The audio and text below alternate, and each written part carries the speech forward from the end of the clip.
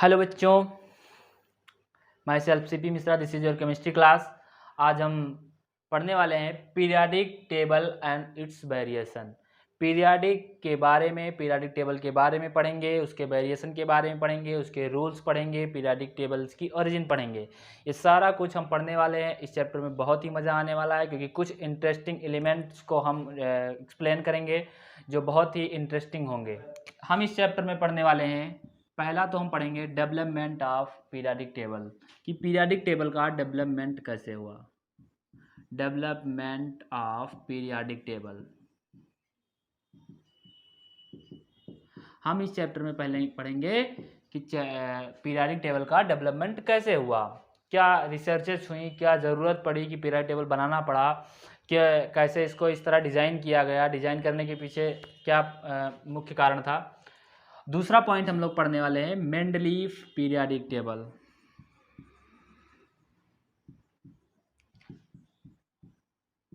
Mendeleev periodic table,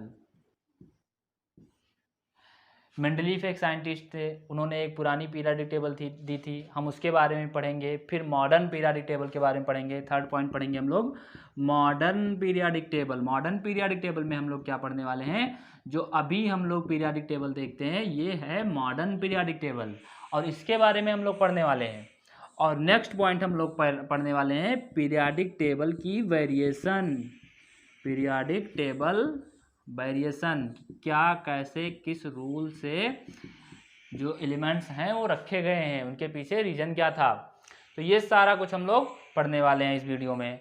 ये lecture बहुत ही interesting होने वाला है क्योंकि इसमें बहुत सारी चीज़ें ऐसी बताने वाले हैं जो आप लोगों को सच में हो सकता है बहुत से लोगों को पता हो या फिर ना पता हो, लेकिन है बहुत इंटरेस्टिंग क्योंकि एलिमेंट्स के बारे में हम पढ़ रहे हैं। केमिस्ट्री तो खुद ही एक जादू है, केमिस्ट्री में जादू ही जादू है। जितनी भी पढ़ते चले जाओ सब जादू ही है इसमें।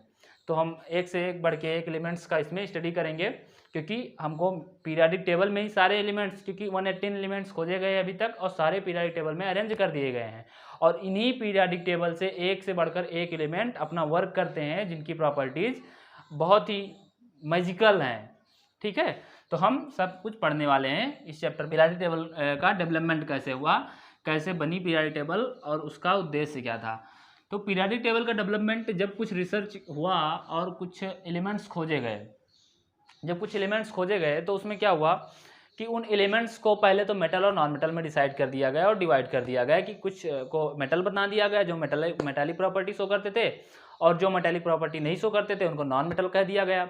अब मेटल और नॉन मेटल हमको पता चल गया तो हम लोग पहले क्या किए कि उसको हम मेटल और नॉन मेटल के ही नाम से जानते थे। मतलब एलिमेंट क्या है, या तो मेटल है तो नॉन मेटल है, बस दो ही चीज़ हम जानते थे। अगर वो मेटल है तो उसको मेटल कह दिया, नॉन मेटल तो नॉन मेटल कह दिया। लेकिन उसके बाद में क्या हुआ कि एलिमेंट्स कुछ ऐसे भी आए जिनमें मेटेलिक प्रॉपर्टी या नॉन मेटेलिक प्रॉपर्टी होती ही नहीं थी। तो फिर कुछ समय के बाद क्या हुआ, जब एलिमेंट्स को मेटल और नॉन मेटल में डिवाइड कर दिया गया, उसके बाद में पता चला कि ये सारे मेटल या नॉन मेटल तो है नहीं, कुछ नए रिसर्च भी आ रहे थे। तो उनको क्या किया, एक साइंटिस्ट थे डोबेराइनर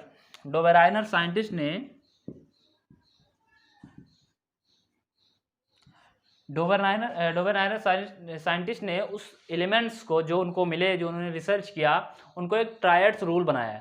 ट्रायड्स रूल था कि जो एटम है या जो एलिमेंट है वो तीन तीन करके उनके एक ग्रुप बनाया और उन तीनों की प्रॉपर्टी सेम थी।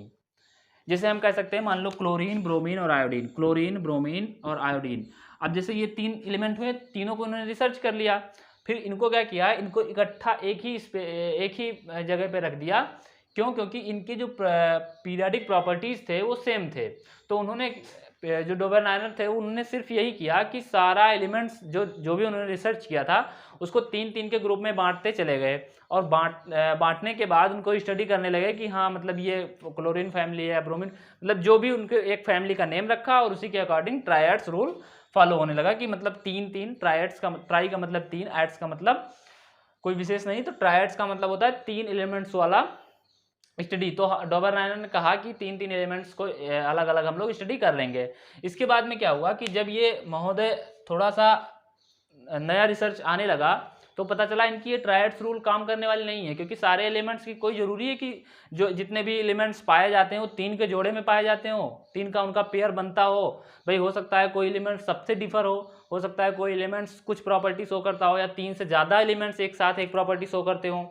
तो इस तरह इनका जो थ्योरी थी वो फ्लॉप हो गई, क्योंकि भाई देखो 3 एलिमेंट्स कोई भी हो, 3 एलिमेंट्स नहीं, ये कोई बना के नहीं भेजा गया कि हाँ 3 एलिमेंट्स ही पाए जाएंगे, जितने भी एलिमेंट्स हैं उनको 3-3 में हम छांट सकते हैं। भाई कैसे कर सकते हैं? हो सकता है कि एक एलिमेंट्स अकेला खुद का सिर्फ रिसर्च किया गया हो, जो फिर उसकी जैसा कोई दूसरा एलिमेंट्स ही ना पैदा हुआ हो, ना बना हो, ना रिसर्च किया गया हो, या हो सकता है कि 8-10 एलिमेंट्स साथ में खोजे गए हो जिनकी सेम प्रॉपर्टी हो। तो इसलिए कुछ इनका जमा नहीं है, इन्होंने इनकी पीरियोडिक टेबल को हम लोग पढ़ते ही नहीं है। फिर इनके बाद एक साइंटिस्ट आए न्यूलैंड, उन्होंने ऑक्टेव्स रूल दिया, न्यूलैंड का ऑक्टेव्स रूल। न्यूलैंड ने एक ऑक्टेव्स रूल दिया बेटा। ऑक्टेव्स रूल ये था कि ये म्यूजिक के बड़े शौकीन थे, इनको म्यूजिक बहुत पसंद थी। सा रे गा मा पा, वो जो हारमोनियम का जो धुन होता है वो 8 जो उनके अल्फ़ाबेट होते हैं उसी पे इन्होंने दे दिया। इन्होंने कहा कि जो जैसे हारमोनियम की धुन होती है सा रे गा मा, ऐसे 8 उनमें सुर होता है, उसी तरीके से इन्होंने कहा कि पीरियोडिक टेबल भी होती है। मतलब पागलपंती की एक बहुत बड़ी हद कर दी। हालांकि क्या था कि उस समय ये भी बहुत बड़ी उपलब्धि थी, ये बहुत बड़ा अचीवमेंट था, क्योंकि वो डॉबर राइनर तो अभी ट्रायड्स दे के गए थे, तो अब ये कुछ तो उसमें स्पेशल कर रहे थे, तो इसलिए ये बहुत बड़ी उपलब्धि थी। फिलहाल ये हुआ कि न्यूलैंड ने कहा कि जो आने वाले एटम होंगे वो पहले तो सीरीज से रख दिया जाए। ये ठीक वैसे ही हुआ कि जैसे 10 लड़कों को एक साथ बिठा दिया जाए, और 10 लड़कों को एक साथ बिठाने के बाद कहा जाए कि जो पहला वाला लड़का है और जो 8वें वाले लड़का बैठा हुआ है, मतलब पहले वाला जो लड़का है उसके बाद जो 8वां वाला लड़का है, इन दोनों की प्रॉपर्टी सेम है, ठीक बिल्कुल ऐसे ही। तो इन्होंने क्या किया कि एलिमेंट्स को पहले अरेंज कर दिया, फिर एलिमेंट्स को बताया कि तुम जो 8वें वाला एलिमेंट आएगा वो दोनों एक साथ होंगे। अब जरा ये बताइए कि ये पूरी पीरियोडिक टेबल कहाँ तक सही हो सकती थी? लेकिन नहीं, उस समय ज़्यादा रिसर्च तो हुए नहीं थे, मुश्किल से 35-36 एलिमेंट्स रहे होंगे। तो उन्होंने क्या किया, 40 एलिमेंट्स में भी थे, तो 40 एलिमेंट्स में उन्होंने डिवाइड कर दिया। तो 40 तक तो ठीक था। आज आने वाली जो समय है, अभी देखो रिसर्च, अच्छा ये सब बातें बहुत पुरानी नहीं है, दरअसल क्या है कि ये 19वीं सदी की बातें हैं, 19 ईरा की। अब वो शताब्दी तो बीतती चली जा रही थी भाई, 20 आने वाली थी, तो अभी केमिस्ट्री बहुत पुरानी नहीं है, मुश्किल से 200 साल 300 साल पुरानी है।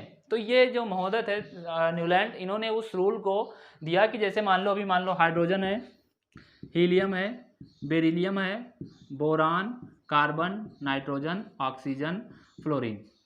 अभी देखो हमने 9 एलिमेंट्स लिख दिया है, तो इनके अकॉर्डिंग ये कहना जो चाहते थे वो ये चाहते थे कि मान लो ये बेरिलियम है और beryllium, boron, carbon, nitrogen, oxygen, fluorine, और इधर कर दिया हमने नियान।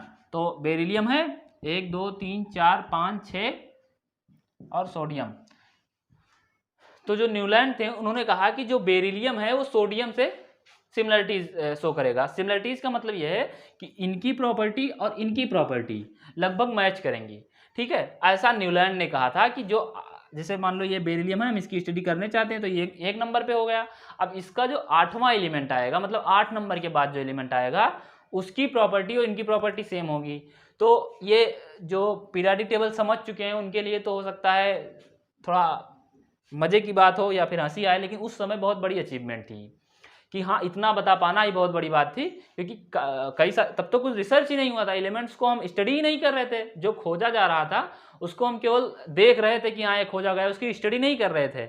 हमको सोना दे दिया गया तो सोना हम गले में पहन लिए, हमको इससे मतलब नहीं है कि सोना कहाँ से आया, गोल्ड कहाँ से आया, सिल्वर कहाँ से आया या कॉपर कहाँ से आया, हमने सिर्फ उसकी स्टडी कर ली थी उस समय। तो स्टडी नहीं की थी, हमने सिर्फ उसको देख लिया था कि ये एलिमेंट्स हैं, स्टडी हमने बाद में करना स्टार्ट किया। तो इन्होंने कहा कि जो 8वां एलिमेंट आएगा वो दोनों सिमिलरिटी शो करेगा। तो भाई देखो बेरिलियम है, बोरान 2 नंबर पे आ गया, कार्बन 3, नाइट्रोजन 4 पे आ गया, ऑक्सीजन 5 पे आ गया, फ्लोरीन 6 पे आ गया, नियान 7 पे आ गया, और 8वां नंबर ये हुआ। अब इन्होंने कहा, न्यूलैंड ने कहा कि जो जैसे सोडियम और बेरिलियम हुआ तो ये दोनों एक दूसरे से सिमिलरिटी शो करेंगे। जैसे ये हीलियम हुआ और नियान हुआ, भाई हीलियम का 8वां नंबर नियान आएगा ना, हीलियम का 8वां नंबर नियान आएगा। तो इन्होंने कहा, हालांकि आता भी है मॉडर्न पीरियोडिक टेबल में भी शो करता है, ऐसा नहीं है, लेकिन तब रिसर्च ज़्यादा नहीं हुए थे, तो ये कम एलिमेंट्स के लिए फॉलो होता है। जब रिसर्च ज़्यादा बढ़ गए, एलिमेंट्स ज़्यादा आ गए, तो वहाँ पे ये रूल नहीं लगेगा। तो क्या हुआ कि ये देखो ना, हीलियम, नियान, ये सब जीरो गैसेस है, नोबल गैसेस हैं। बेरिलियम को सोडियम के ग्रुप में ही रखा जाता है। तो उन्होंने कहा कि जो आने वाला नेक्स्ट 8th नंबर होगा, तो 8th नंबर पे जो एलिमेंट्स आएगा, तो अपने से 8th नंबर वाले एलिमेंट्स पे ये दोनों क्या करेंगे, सिमिलरिटीज शो करेंगे।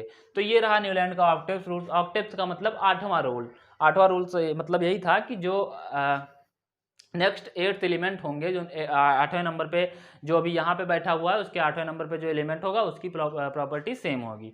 तो ये रहा न्यूलैंड का ऑक्टेट रूल।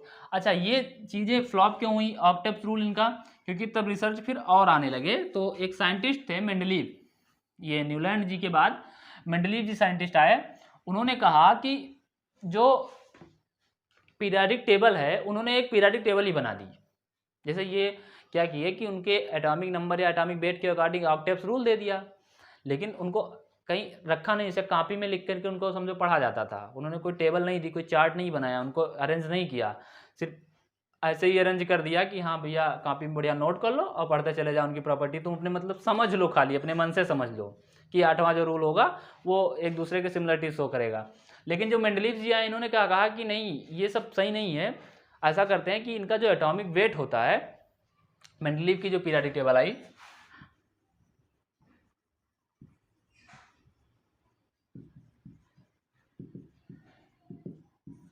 इन्होंने कहा कि ऐसा नहीं होता है कि ऑक्टेव्स रूल कुछ भी फॉलो कर लो। इन्होंने कहा कि जो एलिमेंट्स है उसका एक वेट होगा, और उस वेट को मीजर करो, फिर उनको अरेंज। भाई जब किसी के पास कोई थ्योरी ही नहीं थी, कुछ पता ही नहीं था कि केमिकल क्या है, केमिकल्स का यूज क्या करना है, तो उस समय तो अंधों में काना राजा ठीक था। तो नहीं, मेंडलीव जी वैसे बहुत अच्छे साइंटिस्ट हैं, इन्होंने जितनी भी थ्योरी दी वो आज भी मानी जा रही है। बस इन्होंने सिर्फ थोड़ी सी गलती कर दी कि एटॉमिक वेट और एटॉमिक नंबर में बहुत खास डिफरेंस नहीं पता कर पाए। अच्छा, ये डिफरेंस पता क्यों नहीं कर पाए, उसके पीछे भी रीजन ये थी कि उस समय इन्होंने समझा कि जैसे भाई कोई भी एक नॉर्मल इंसान अगर देखेगा तो क्या कहेगा कि जो हल्के मेटल हैं या हल्के एलिमेंट हैं उनको पहले लिख दो, फिर भारी वाले को मतलब क्रम से बढ़ाते चलो। किसी के भी दिमाग में यही आ सकता है, पहली चीज़ यही आएगी। जैसे मान लो कोई बहुत सारे चीज़ों को अगर आपको अरेंज करना है तो सबसे पहले दिमाग में ये आएगी, छोटे छोटे चीज़ पहले निकाल लो, बड़े चीज़ें बाद में निकाल लो। ठीक है, जैसे आप लोग आम चुरा के खा लेते हो, पापा जब घर से आम लाते हैं बाजार से, तो आप क्या करते हो, बड़ा वाला निकाल के पहले खा लेते हो। तो दो ही चीज़ें हो सकती हैं, या तो आप छोटा वाला पहले यूज करोगे फिर इंक्रीजिंग ऑर्डर में, या फिर बड़ा वाला यूज करोगे। तो इन्होंने क्या किया कि इंक्रीजिंग ऑर्डर ऑफ एलिमेंट्स में उनके एटॉमिक वेट के अकॉर्डिंग रख दिया। लेकिन अब हुआ क्या कि मेंडलीव जी उनके एटॉमिक वेट क्या होता है, number of proton and number of neutron होता है। जो एटॉमिक वेट होता है वो नंबर ऑफ प्रोटॉन होता है और number of plus number of electron होता है, न्यूट्रॉन होता है, नंबर ऑफ न्यूट्रॉन होता है। सबसे पहले तो ये हम जान लेते हैं कि होता क्या है। ठीक है, तो एटॉमिक जो वेट होता है, एटॉमिक वेट वो होता है number of proton and number of plus number of neutron. मतलब न्यूट्रॉनों की संख्या, उसमें जो जितने भी न्यूट्रॉन पाए जाते हैं उनको जोड़ लो प्लस प्रोटॉनों को जोड़ लो। अच्छा, यही चीज जो एटॉमिक नंबर होता है, एटॉमिक नंबर होता है, इसमें क्या होता है कि सिर्फ नंबर ऑफ प्रोटॉन जोड़े जाते हैं। मतलब नंबर ऑफ प्रोटॉन को ही नंबर ऑफ एटॉमिक नंबर कहते हैं। ठीक है, तो ये दो टर्म जान लो कि होते क्या हैं। इन्हीं दोनों टर्म पे जो पीरियोडिक टेबल है, जो एलिमेंट्स हैं उनकी प्रॉपर्टीज इन्हीं दोनों पे शो होने वाली है। ठीक है, कि उनके जो वेट हैं भाई कितना भारी है, मोटू मल है कि छोटू मल है, छोटे से हैं कि बड़े से हैं, है ना, इसी पे डिपेंड होने वाला है। तो नंबर ऑफ प्रोटॉन भी हो जाएगा डिपेंड और नंबर ऑफ न्यूट्रॉन भी डिपेंड हो जाएगा, अभी देखते हैं। तो अब देखो क्या हुआ कि एटॉमिक वेट इन्होंने सर्च कर लिया कि नंबर ऑफ प्रोटॉन और नंबर ऑफ न्यूट्रॉन होते हैं, मतलब number of proton number of neutron को ऐड कर लो, एटॉमिक वेट निकल आया। अब ये इन्होंने महोदय को क्या हुआ कि इन्होंने कहा कि नहीं, ऐसा करते हैं कि एटॉमिक वेट के अकॉर्डिंग ही लिख देते हैं, है ना, जो छोटा है उसको आगे बिठा दो और जो बड़ा है उसको पीछे बिठा दो। बस बिठाने के चक्कर में इन्होंने एक छोटा सा चार्ट बनाया जनरली, और उसमें क्या किया, इन्होंने बढ़ दिया। तो मेंडलीव की जो पीरियोडिक टेबल थी वो थी the properties of the element, the properties of the element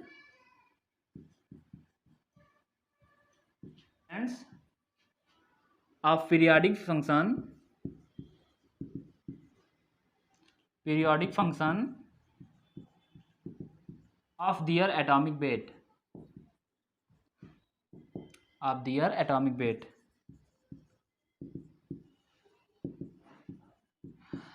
अब देखो मेंडलीफ ने कहा कि जो एलिमेंट्स होते हैं उनकी जो मेन प्रॉपर्टी होती है, भाई देखो किसी भी चीज़ को अगर आपको क्लासीफाई करना है तो आप जैसे बहुत सारे लोग एक कमरे में इकट्ठा हैं, अभी मान लो आप लोग क्लास 10th में हो, क्लास 9th के लोग इकट्ठा हों, क्लास 11th के लोग इकट्ठा हों और क्लास 12th के लोग इकट्ठा हों और एक कमरे में बंद हों, तो अब क्या होगा कि उनको या तो अलग बिठा दो, उनके क्लास वाइज अलग बिठा दो, या फिर अगर उनको कैटेगरी में आपको बांटना है तो आपके पास दो ही ऑप्शन है भाई, आप या तो ये करो कि भाई देखो जो फर्स्ट ईयर के बच्चे होंगे, इंटर फर्स्ट ईयर के बच्चे होंगे, क्लास 11th के बच्चे होंगे वो बड़े होंगे, 12th के उनसे बड़े होंगे, 10th के उनसे छोटे बच्चे होंगे, 9th के उनसे छोटे, या तो इस तरह डिसाइड कर दो कि बड़े बड़े बच्चों को अलग बिठा दो, उनको कह दिया जाएगा क्लास 12th के हैं, और 11th के बच्चों को अलग बिठा दो, उनको मतलब पहचान करके जो रेशियो में हो, और 10th के बच्चों को अलग बिठा दो, 9th के बच्चों को अलग बिठा दो।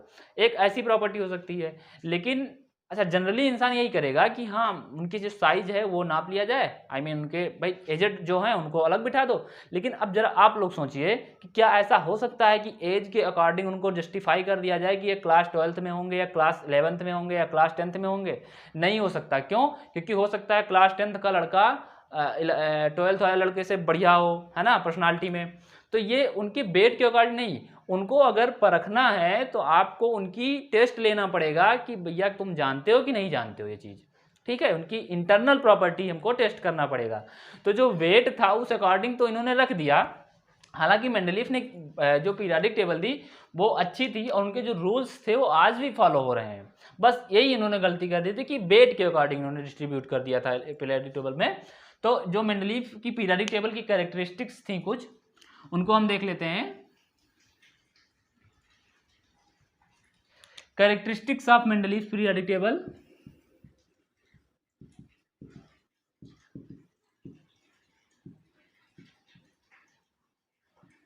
मेंडलीव्स पीरियोडिक टेबल, अब भैया इनका कैरेक्टरिस्टिक्स क्या था? तो इनका सबसे पहला कैरेक्टरिस्टिक तो यही था जिससे जाने जाते हैं, एटॉमिक वेट के अकॉर्डिंग ही इंक्रीज करवा दिया था, है ना। तो एलिमेंट्स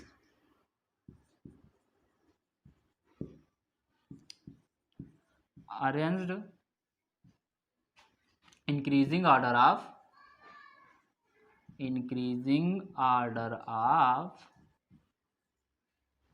एटॉमिक वेट, है ना। मेंडलीव का नाम आया तो वेट समझ लिया करो कि ये क्या करेंगे, कुछ वेट से ही नापेंगे, है ना। तो मेंडलीव की गलती भी समझो सबसे बड़ी यही थी, नहीं तो पीरियोडिक टेबल के जो फादर थे वैसे भी कहे जाते हैं, लेकिन दिया इन्होंने ही था, लेकिन जो इनकी पीरियोडिक टेबल थी वही पढ़ी जाती। अच्छा, इन्होंने क्या किया कि उसमें जो पीरियोडिक टेबल रिसर्च किया उनको तो वेट के अकॉर्डिंग कर दिया। अब इन्होंने अपने पीरियोडिक टेबल में 10 हॉरिजॉन्टल कॉलम इन्होंने अरेंज किया, हॉरिजॉन्टल कॉलम अरेंज किया, जिन्हें इन्होंने सीरीज कहा। क्या कहा? सीरीज, मतलब हॉरिजॉन्टल कॉलम इधर ऐसे सीधे सीधे, है ना, लेफ्ट टू राइट वाला, और उन्होंने 7 वर्टिकल कॉलम बताया, 7 वर्टिकल कॉलम जिन्हें ग्रुप कहा गया। अब देखो बेटा, इन्होंने क्या किया कि 10 हॉरिजॉन्टल कॉलम दे दिया जिन्हें सीरीज कहा गया, और 7 वर्टिकल कॉलम दे दिया जिन्हें ग्रुप कहा गया। अब यहाँ पे इन्होंने एक बड़ी गलती कर दी। गलती ये कर दी कि सबसे पहले तो एटॉमिक वेट के अकॉर्डिंग इन्होंने इंक्रीजिंग ऑर्डर में कर दिया कि ठीक है 10 जो कॉलम ऐसे, भाई 10 कॉलम इन्होंने ऐसे बनाया और 7 कॉलम इन्होंने ऐसे बनाया। इसको इन्होंने कहा कि सीरीज है, और इसको इन्होंने कहा कि ग्रुप है जो ऊपर से नीचे आया। अच्छा, तब तक के सिर्फ 52 एलिमेंट्स खोजे जा चुके थे। जो मेंडलीव की पीरियोडिक टेबल थी उसमें सिर्फ और सिर्फ, आप लोग देख सकते हैं मेंडलीव की पीरियोडिक टेबल, ये मेंडलीव की पीरियोडिक टेबल है, तो इसमें आप देखिए कि ये इसमें सिर्फ 53 एलिमेंट्स खोजे गए। अब 53 एलिमेंट्स खोजने के बाद इन्होंने उस पीरियोडिक टेबल को क्लोज कर दिया। अच्छा, इसमें देखो कहीं थोड़ा थोड़ा स्पेस भी खाली है पीरियोडिक टेबल में, इस पीरियोडिक टेबल में स्पेस खाली है, कुछ बीच में स्पेस रह गए। तो इन्होंने कहा कि जो आने वाले एलिमेंट्स होंगे, मतलब 53 के बाद जो खोजे जाएंगे, उनको यहाँ बिठा देना, जो खाली स्पेस उन्होंने छोड़ रखा है, मतलब कहा कि दूसरा मत बनाना आप लोग, हम बना के जा रहे हैं उसी पढ़ना, उसी में सब कुछ आपको स्टडी मटेरियल मिल जाएगा। बस करना क्या, अगर मेरे जाने के बाद कोई नया एलिमेंट आप लोग खोज लेते हो तो उनको यहीं बिठा देना जो खाली स्पेस है। अच्छा, फिर हुआ क्या कि इन्होंने ये सोचा ही नहीं था कि आने वाली जनरेशन बहुत स्मार्ट होने वाली है। इनको लगा था कि जो हम बता के जा रहे हैं दुनिया वही पढ़ने वाली है। लेकिन उसके बाद क्या हुआ कि रिसर्च होते गए, और रिसर्च होने के बाद 53 के अलावा एलिमेंट्स खोजे गए। अच्छा, देखते ही देखते कुछ ही सालों में 118 एलिमेंट्स खोज दिए गए। अभी तक जो नई मॉडर्न पीरियोडिक टेबल बनाई गई है उसमें 118 एलिमेंट्स हैं।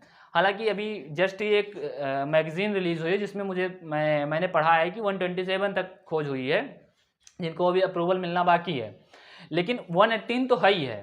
118 एलिमेंट्स खोजे गए। अब ये जरा देखिए कि 118 एलिमेंट्स आ गए, अब उसमें इन्होंने मुश्किल से 4 या 5 स्पेस छोड़ रखे थे। अब उस 4-5 स्पेस में कहाँ से कोई अरेंज कर देता। तो दूसरी बात, ये इनकी फ्लॉप होने की यही चांसेस थे। तो इन्हीं के साइंटिस्ट थे मोजले जी, अब वो आ गए। तो भाई गुरु गुरु ही रहेंगे, चेला शक्कर होएंगे। गुरु हमेशा कम रहता है, जो स्टूडेंट होता है वो बहुत ज़्यादा इंटेलिजेंट होता है ना। सबके सब साइंटिस्ट बनोगे तो स्टूडेंट जो होता है वो कुछ ज़्यादा दिमाग लगाता है। अब उसने क्या किया, अपने सर का बढ़िया पीरियोडिक टेबल पढ़ा, फिर पढ़ने के बाद क्या किया कि उसमें अरेंजिंग करना शुरू कर दिया। अच्छा, यहाँ जो मेंडलीव की पीरियोडिक टेबल थी वो फ्लॉप होने की 2-3 पॉइंट्स हैं।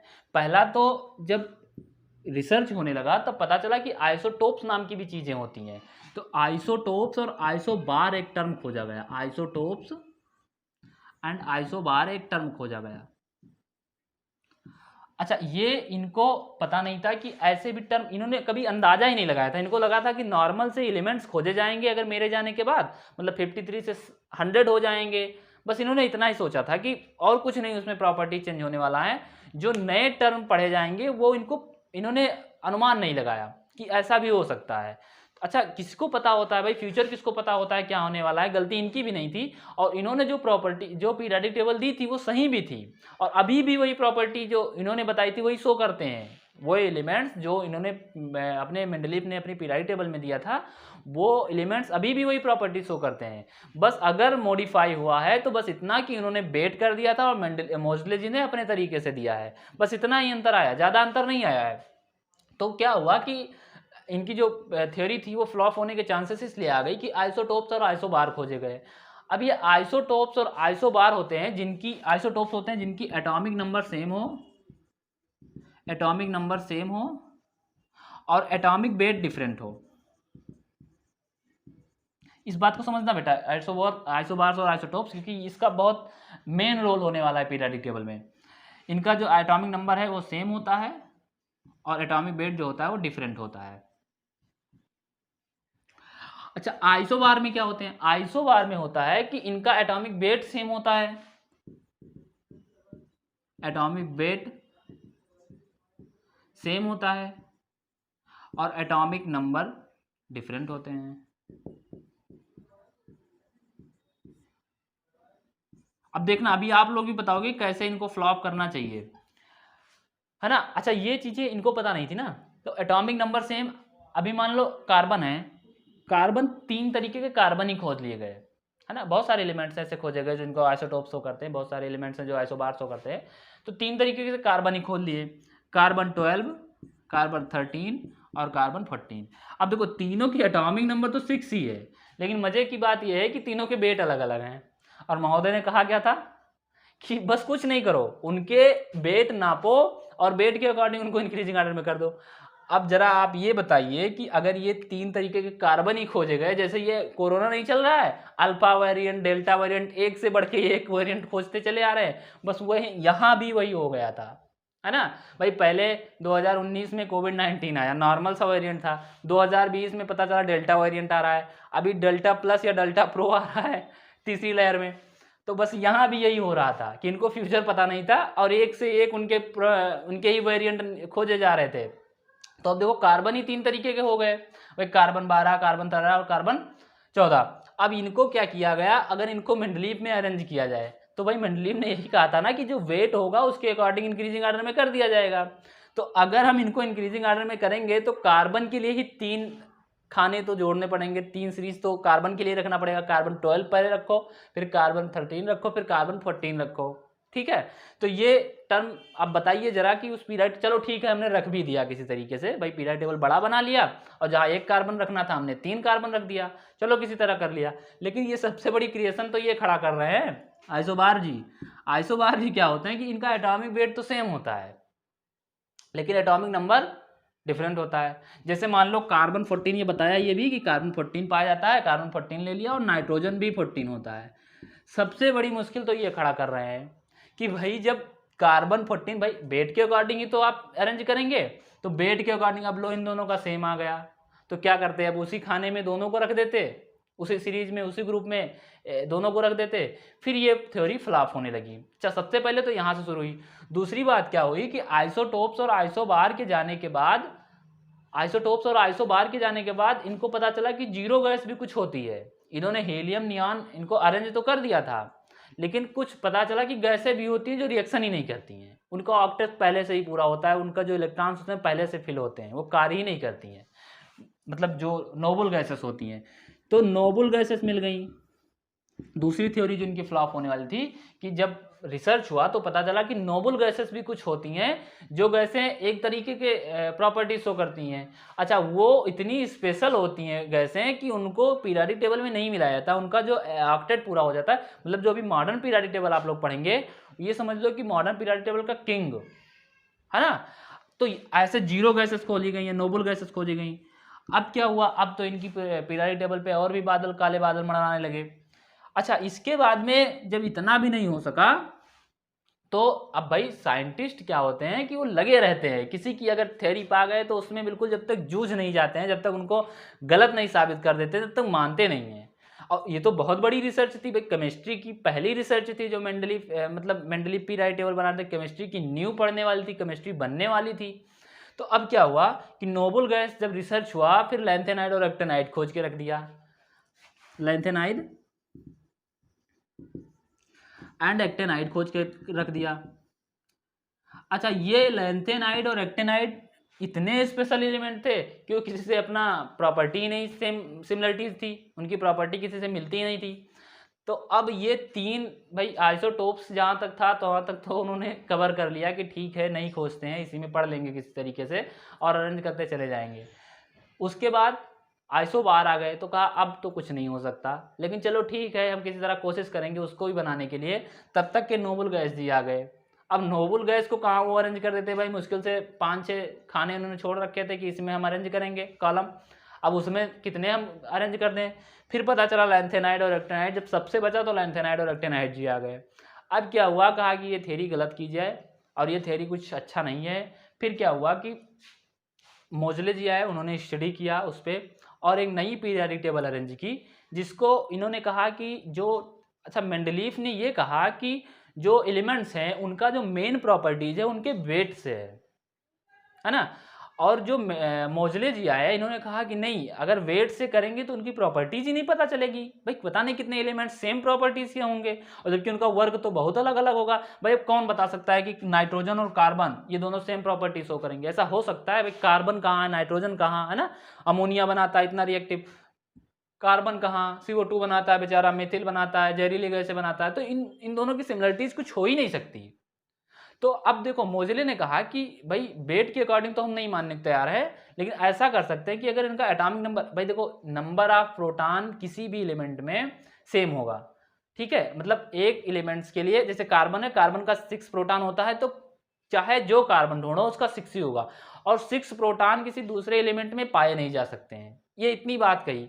तो अब इन्होंने कहा कि जब भाई अगर वेट होता है जिसमें न्यूट्रॉन आ जाता है, तो न्यूट्रॉन पता चलता है कि किसी में सेम है या फिर किसी में किसी का सेम हो गया, किसी का खुद ही का डिफरेंट हो गया, मतलब एक ही एलिमेंट का, जैसे कार्बन का देखो न्यूट्रॉन, नंबर ऑफ न्यूट्रॉन ही तो डिफरेंट हुए हैं, तो 12 और 13 मिला है, 14 मिला है।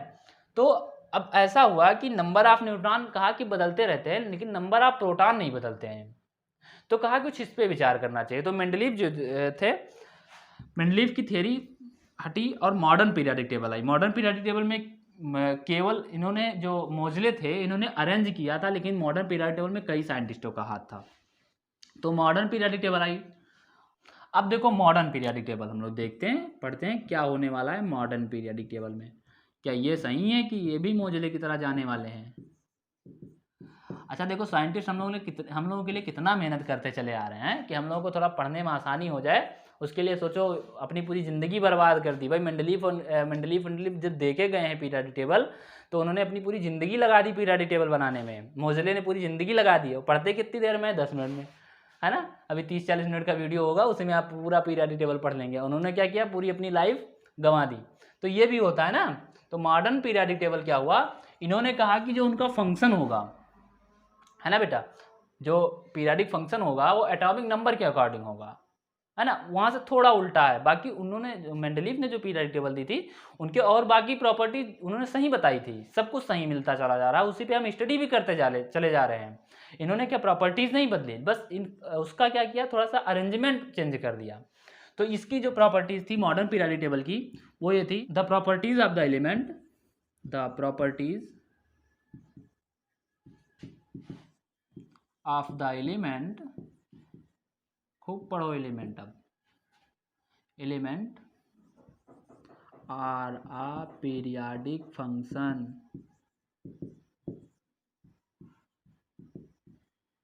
Of their atomic number.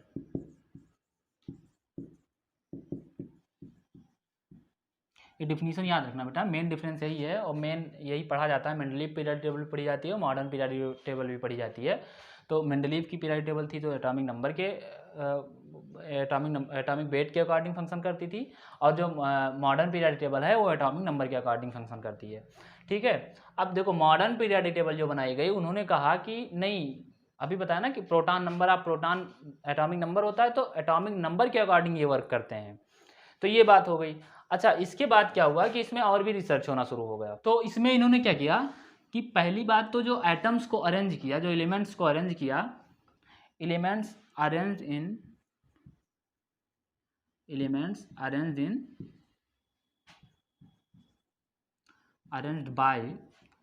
Arranged by increasing order of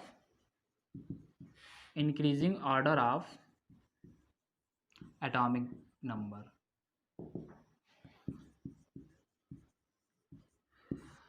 मतलब यह है कि एलिमेंट्स को जो अरेंजमेंट होगा वो किसके अकॉर्डिंग होगा, उनके एटॉमिक नंबर के अकॉर्डिंग होगा। वो इंक्रीज करते चले जाएंगे, उनका बढ़ता चला जाएगा। अच्छा, लेकिन यहाँ भी बहुत प्रॉब्लम आने वाली है, इतनी आसानी से नहीं सब कुछ छूटने वाला है। इन्होंने क्या किया, मोजले जी ने पीरियोडिक टेबल को 18 ग्रुप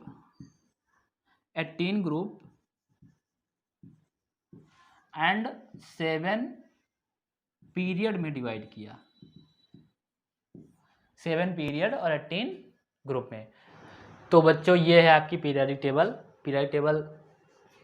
इसी में आप लोग समझ लीजिए, है ना। समझने से मतलब है, बनाने वाले से नहीं मतलब है कि किसने बनाया है। पता तो सबको है कि किसने बनाया है, मोजले ने इसको अरेंज किया था, ठीक है, हमने नहीं बनाया है।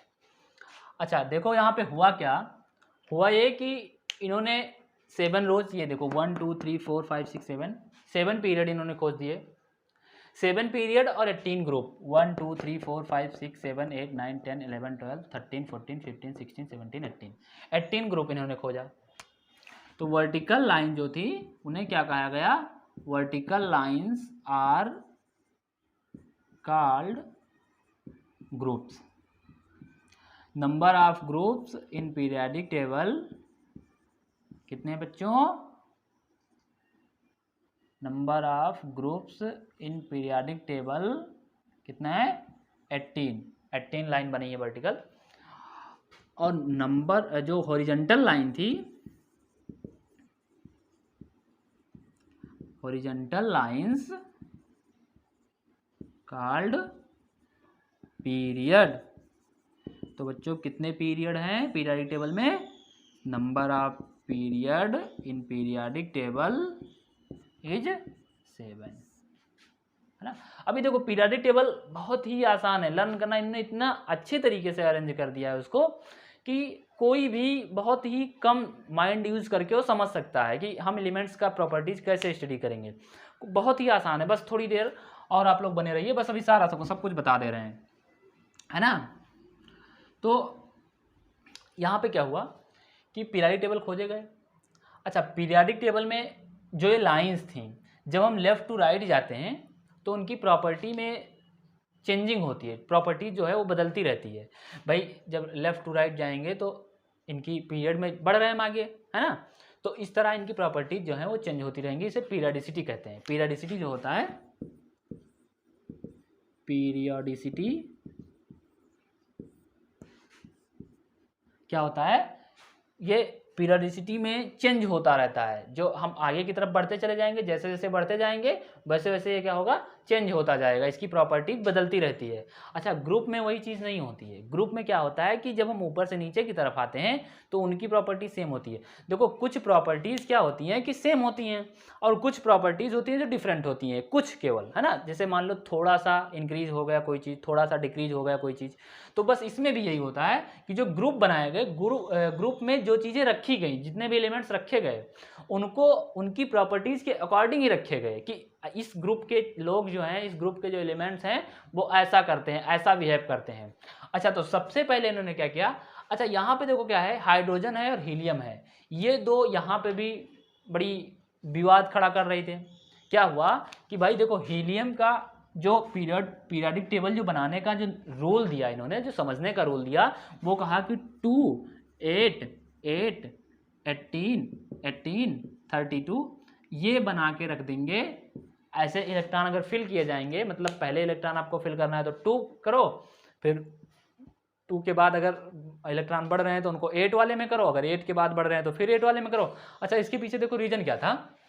रीजन ये था कि देखो, फर्स्ट पीरियड की बात हम जब करते हैं, फर्स्ट पीरियड की बात करते हैं तो उसमें देखो सिर्फ 2 एटम, 2 इलेक्ट्रॉन है, एक हाइड्रोजन है और एक हीलियम है। हम दूसरे पीरियड की जब बात करते हैं तो देखो इसमें 8 इलेक्ट्रॉन है, lithium, beryllium, boron, carbon, nitrogen, oxygen, fluorine, neon, इसमें 8 इलेक्ट्रॉन है। तो इसलिए कहा गया 8 इलेक्ट्रॉन पहले फिल किए जाएंगे। फिर देखो थर्ड पीरियड की जब बात करते हैं तो इसमें भी देखो 1, 2, 3, 4, 5, 6, 7, 8, ठीक है, 8 इलेक्ट्रॉन इसमें भी हैं, तो इसलिए कहा गया 8 इलेक्ट्रॉन। ऐसे फोर्थ पीरियड की जब बात करते हैं तो इस पूरे पीरियड में 18 इलेक्ट्रॉन है। फिफ्थ पीरियड की जब बात करते हैं तो इसमें भी 18 इलेक्ट्रॉन है। सिक्स्थ पीरियड की बात करते हैं तो उसमें 32 इलेक्ट्रॉन है और सेवन्थ पीरियड में भी 32 इलेक्ट्रॉन है। तो ये रूल यहाँ पे बहुत ज़्यादा यूज होने वाला है और अभी हम एग्जैक्ट पोजीशन जान जाएंगे कि कौन सा एलिमेंट कहाँ पे एक्चुअल में पाया गया है। तो सबसे पहले तो हमको ये याद करना होगा 2, 8, 8, 18, 18, 32, 32, ठीक है। ये रूल बनाया गया है कि इसके अकॉर्डिंग हम इलेक्ट्रॉन को फिलिंग करेंगे या फिर एलिमेंट्स को फिलिंग करेंगे। अच्छा, अब हुआ क्या कि इन्होंने, अच्छा यहाँ पे बेटा ये जो हाइड्रोजन और हीलियम लगातार विवाद कर रहा है ना, ये इन दोनों में अभी प्रॉब्लम चल रही है। हुआ क्या कि हीलियम का एटॉमिक नंबर 2 होता है, हीलियम का एटॉमिक नंबर 2 होता है, तो भाई इसको रहना कहाँ चाहिए, दूसरे वाले ग्रुप में। लेकिन चूंकि हीलियम अपना ऑक्टेट कंप्लीट रखता है और इसके पास कोई भी इलेक्ट्रॉन एक्स्ट्रा या कम नहीं पड़ते हैं, तो ये और गैस कंडीशन में है ना, तो ये वर्क नहीं करती है। तो इसको हम लोग इस सेकंड वाले ग्रुप में नहीं रख सकते, यानी एस ब्लॉक में नहीं रख सकते, इसलिए इसको यहाँ रखा गया है। नोबल गैसेस को यहीं अरेंज कर दिया गया है। अच्छा, अब हम देख लेते हैं 2, 8, 18, 18, 32 वाला रूल अभी हम लगाएंगे। सबसे पहले हम देख लेते हैं कि कैसे इन्होंने डिवाइड किया। तो इन्होंने बच्चों ये पहले तो एस ब्लॉक डिवाइड कर दिया। एस ब्लॉक के दो रोज थे, है ना, वर्टिकल कॉलम, यानी एस ब्लॉक के 2 ग्रुप्स थे, तो 2 ग्रुप्स को कहा एस ब्लॉक, इसे कहते हैं एस ब्लॉक। जो ये दो ग्रुप दिख रहे हैं इन्हें कहते हैं एस ब्लॉक, ठीक है। ये जो दिख रहा है 2 ग्रुप, इन्हें कहते हैं एस ब्लॉक। अच्छा, इधर सबसे लास्ट वाले को कहा इन्होंने कि ये पी ब्लॉक होंगे। क्या होंगे, पी ब्लॉक, ये पी ब्लॉक होंगे। जो इधर के 6 ग्रुप सबसे लास्ट वाले बचेंगे वो क्या है, पी ब्लॉक होंगे। जो बीच में है ये होंगे डी ब्लॉक, जो बीच में बचे हुए हैं ये क्या है, डी ब्लॉक।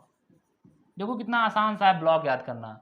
और जो ये नीचे जो दिख रहे हैं ये क्या है, एफ ब्लॉक, ये क्या है, एफ ब्लॉक। तो यानी स्ट्रक्चर जो इसका है वो किस तरह है, एस ब्लॉक सबसे इधर, फिर ये ऐसे स्ट्रक्चर बना रहा होगा, फिर ये ऐसे बनाएगा, फिर ऐसे, फिर ये इधर जाएगा और ये ऐसे स्ट्रक्चर इनका बनेगा, है ना। ये एस ब्लॉक रहा, ये पी ब्लॉक रहा, ये डी ब्लॉक रहा बीच में, ठीक है। और नीचे जो है वो क्या हुआ, एफ ब्लॉक, ऐसे करके 2 रोज बना दी गई हैं, इनको एफ ब्लॉक कहा गया। अब देखो बेटा क्या है कि इसमें ये तो ब्लॉक की बात हो गई, लेकिन इनको कुछ एलिमेंट्स के नाम के अकॉर्डिंग कुछ एलिमेंट्स को एक अलग पहचान दी गई। S P D F block के अलावा भी इनको किसी और पहचान से जाना गया, उनको एक अलग तरीके से पहचान दी गई।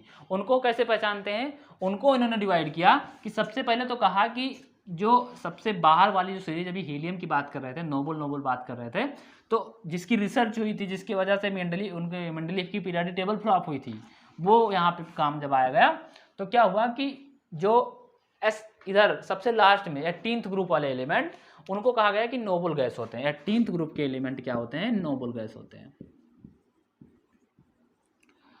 नोबल गैस होते हैं। नोबल गैस बेटा क्या है कि नोबल गैस की एक प्रॉपर्टी होती है कि पूरे पीरियोडिक टेबल के किंग होते हैं, मतलब सुपर एलिमेंट्स कह लो, है ना, मतलब इनसे सबसे अलग।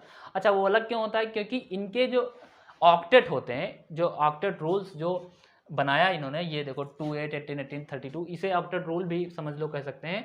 तो ये इनके जो लास्ट में इलेक्ट्रॉन होते हैं उन्हीं में से कोई होता होगा। जैसे मान लो हीलियम है तो हीलियम में 2 इलेक्ट्रॉन है।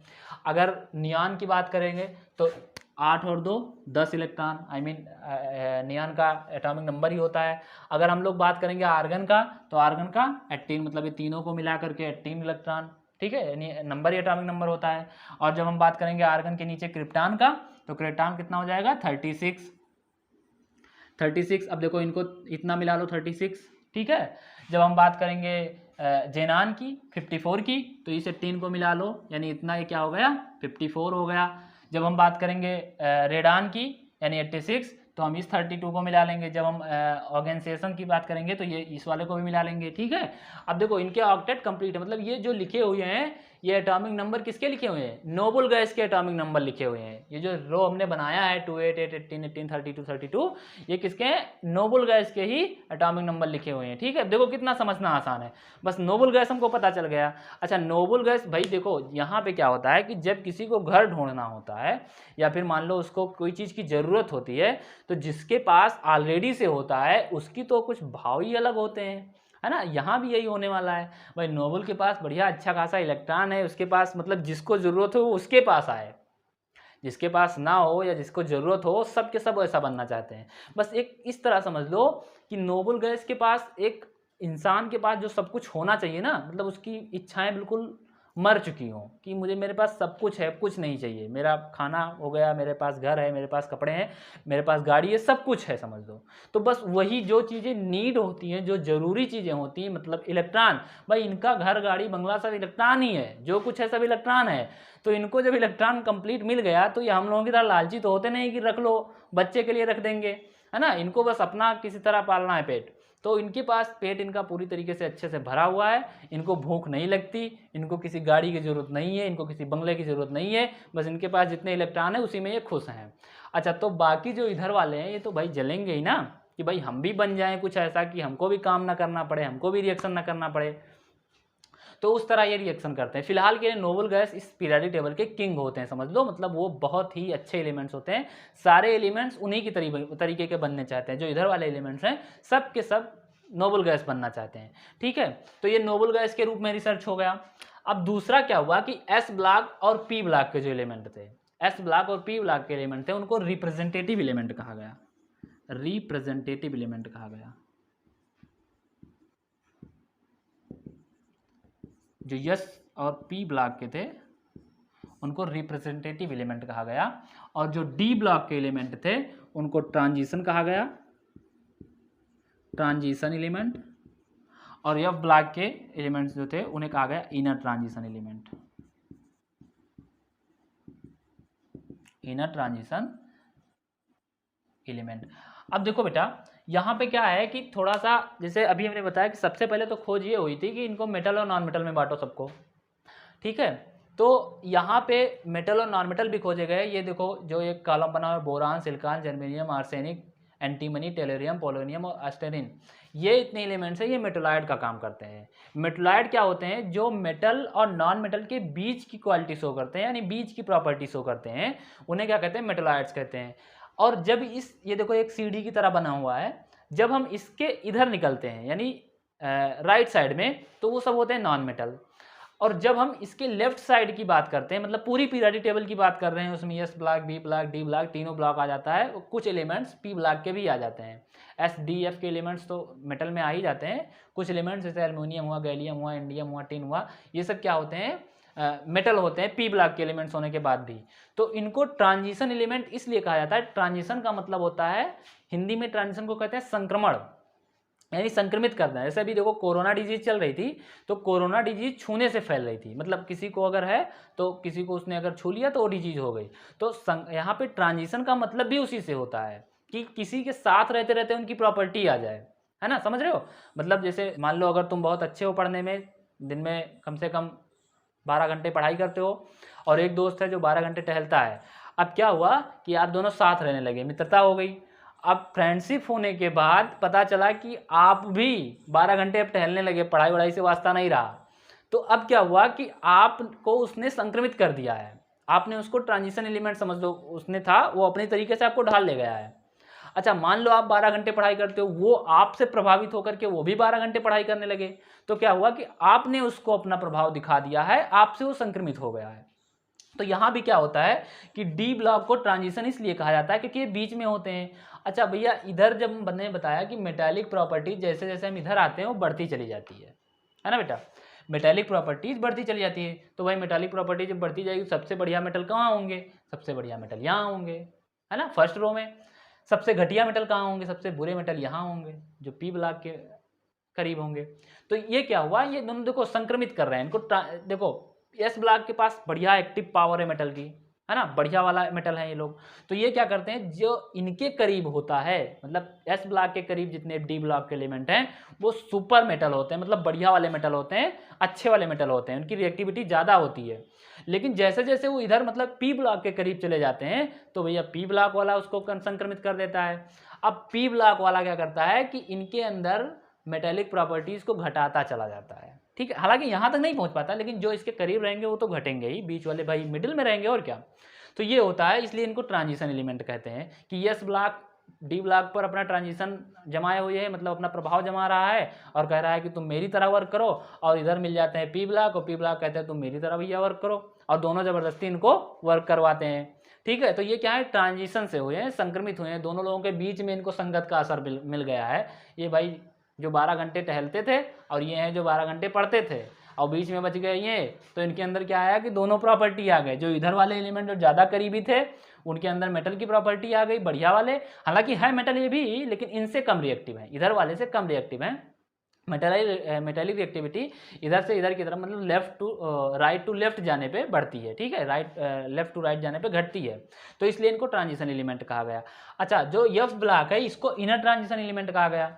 इनर ट्रांजिशन का मतलब होता है कि ट्रांजिशन के अंदर, भाई इनर का मतलब इन, अंदर, तो ये जो इनको बाहर तो कर दिया गया बेटा, ये एक्टेनाइड और लेंथेनाइड यहीं पे, यानी 57 पे, यहाँ पे यहीं पे बैठे हुए हैं, ठीक है, और इन्हीं के अंदर घुसे हुए हैं, ये बाहर भी नहीं है। बस पीरियोडिक टेबल में जो इनकी अरेंजमेंट है उसमें दिक्कत ना है, इसलिए इनको बाहर निकाल के रख दिया गया है, और ग्रुप इनका सेम रहने तो क्या होता, डी ब्लॉक के नीचे ही ये लोग एफ ब्लॉक भी अरेंज होते। तो यहाँ पे यही हो रहा है कि जो लेंथेनाइड और एक्टेनाइड है वो इन्हीं डी ब्लॉक के अंदर ही घुसे हुए हैं, तो इसलिए इनको कहा गया है इनर ट्रांजिशन। इनको निकाल के बाहर किया गया जबरदस्ती, कि पढ़ने में आसानी हो, दिखे नहीं तो पता चलेगा, छिप जाएंगे उन्हीं पी ब्लॉक और डी ब्लॉक के अंदर ही, या फिर डी ब्लॉक और पी ब्लॉक को छिपा देंगे, तो इसलिए इनको बाहर निकाल के रख दिया गया। इनर ट्रांजिशन एलिमेंट इनको कहा जाता है कि ये ट्रांजिशन के अंदर है, ठीक है। अब हम बात करते हैं, इसमें भी कुछ ग्रुप्स हैं और उनका वर्क हम पढ़ते हैं।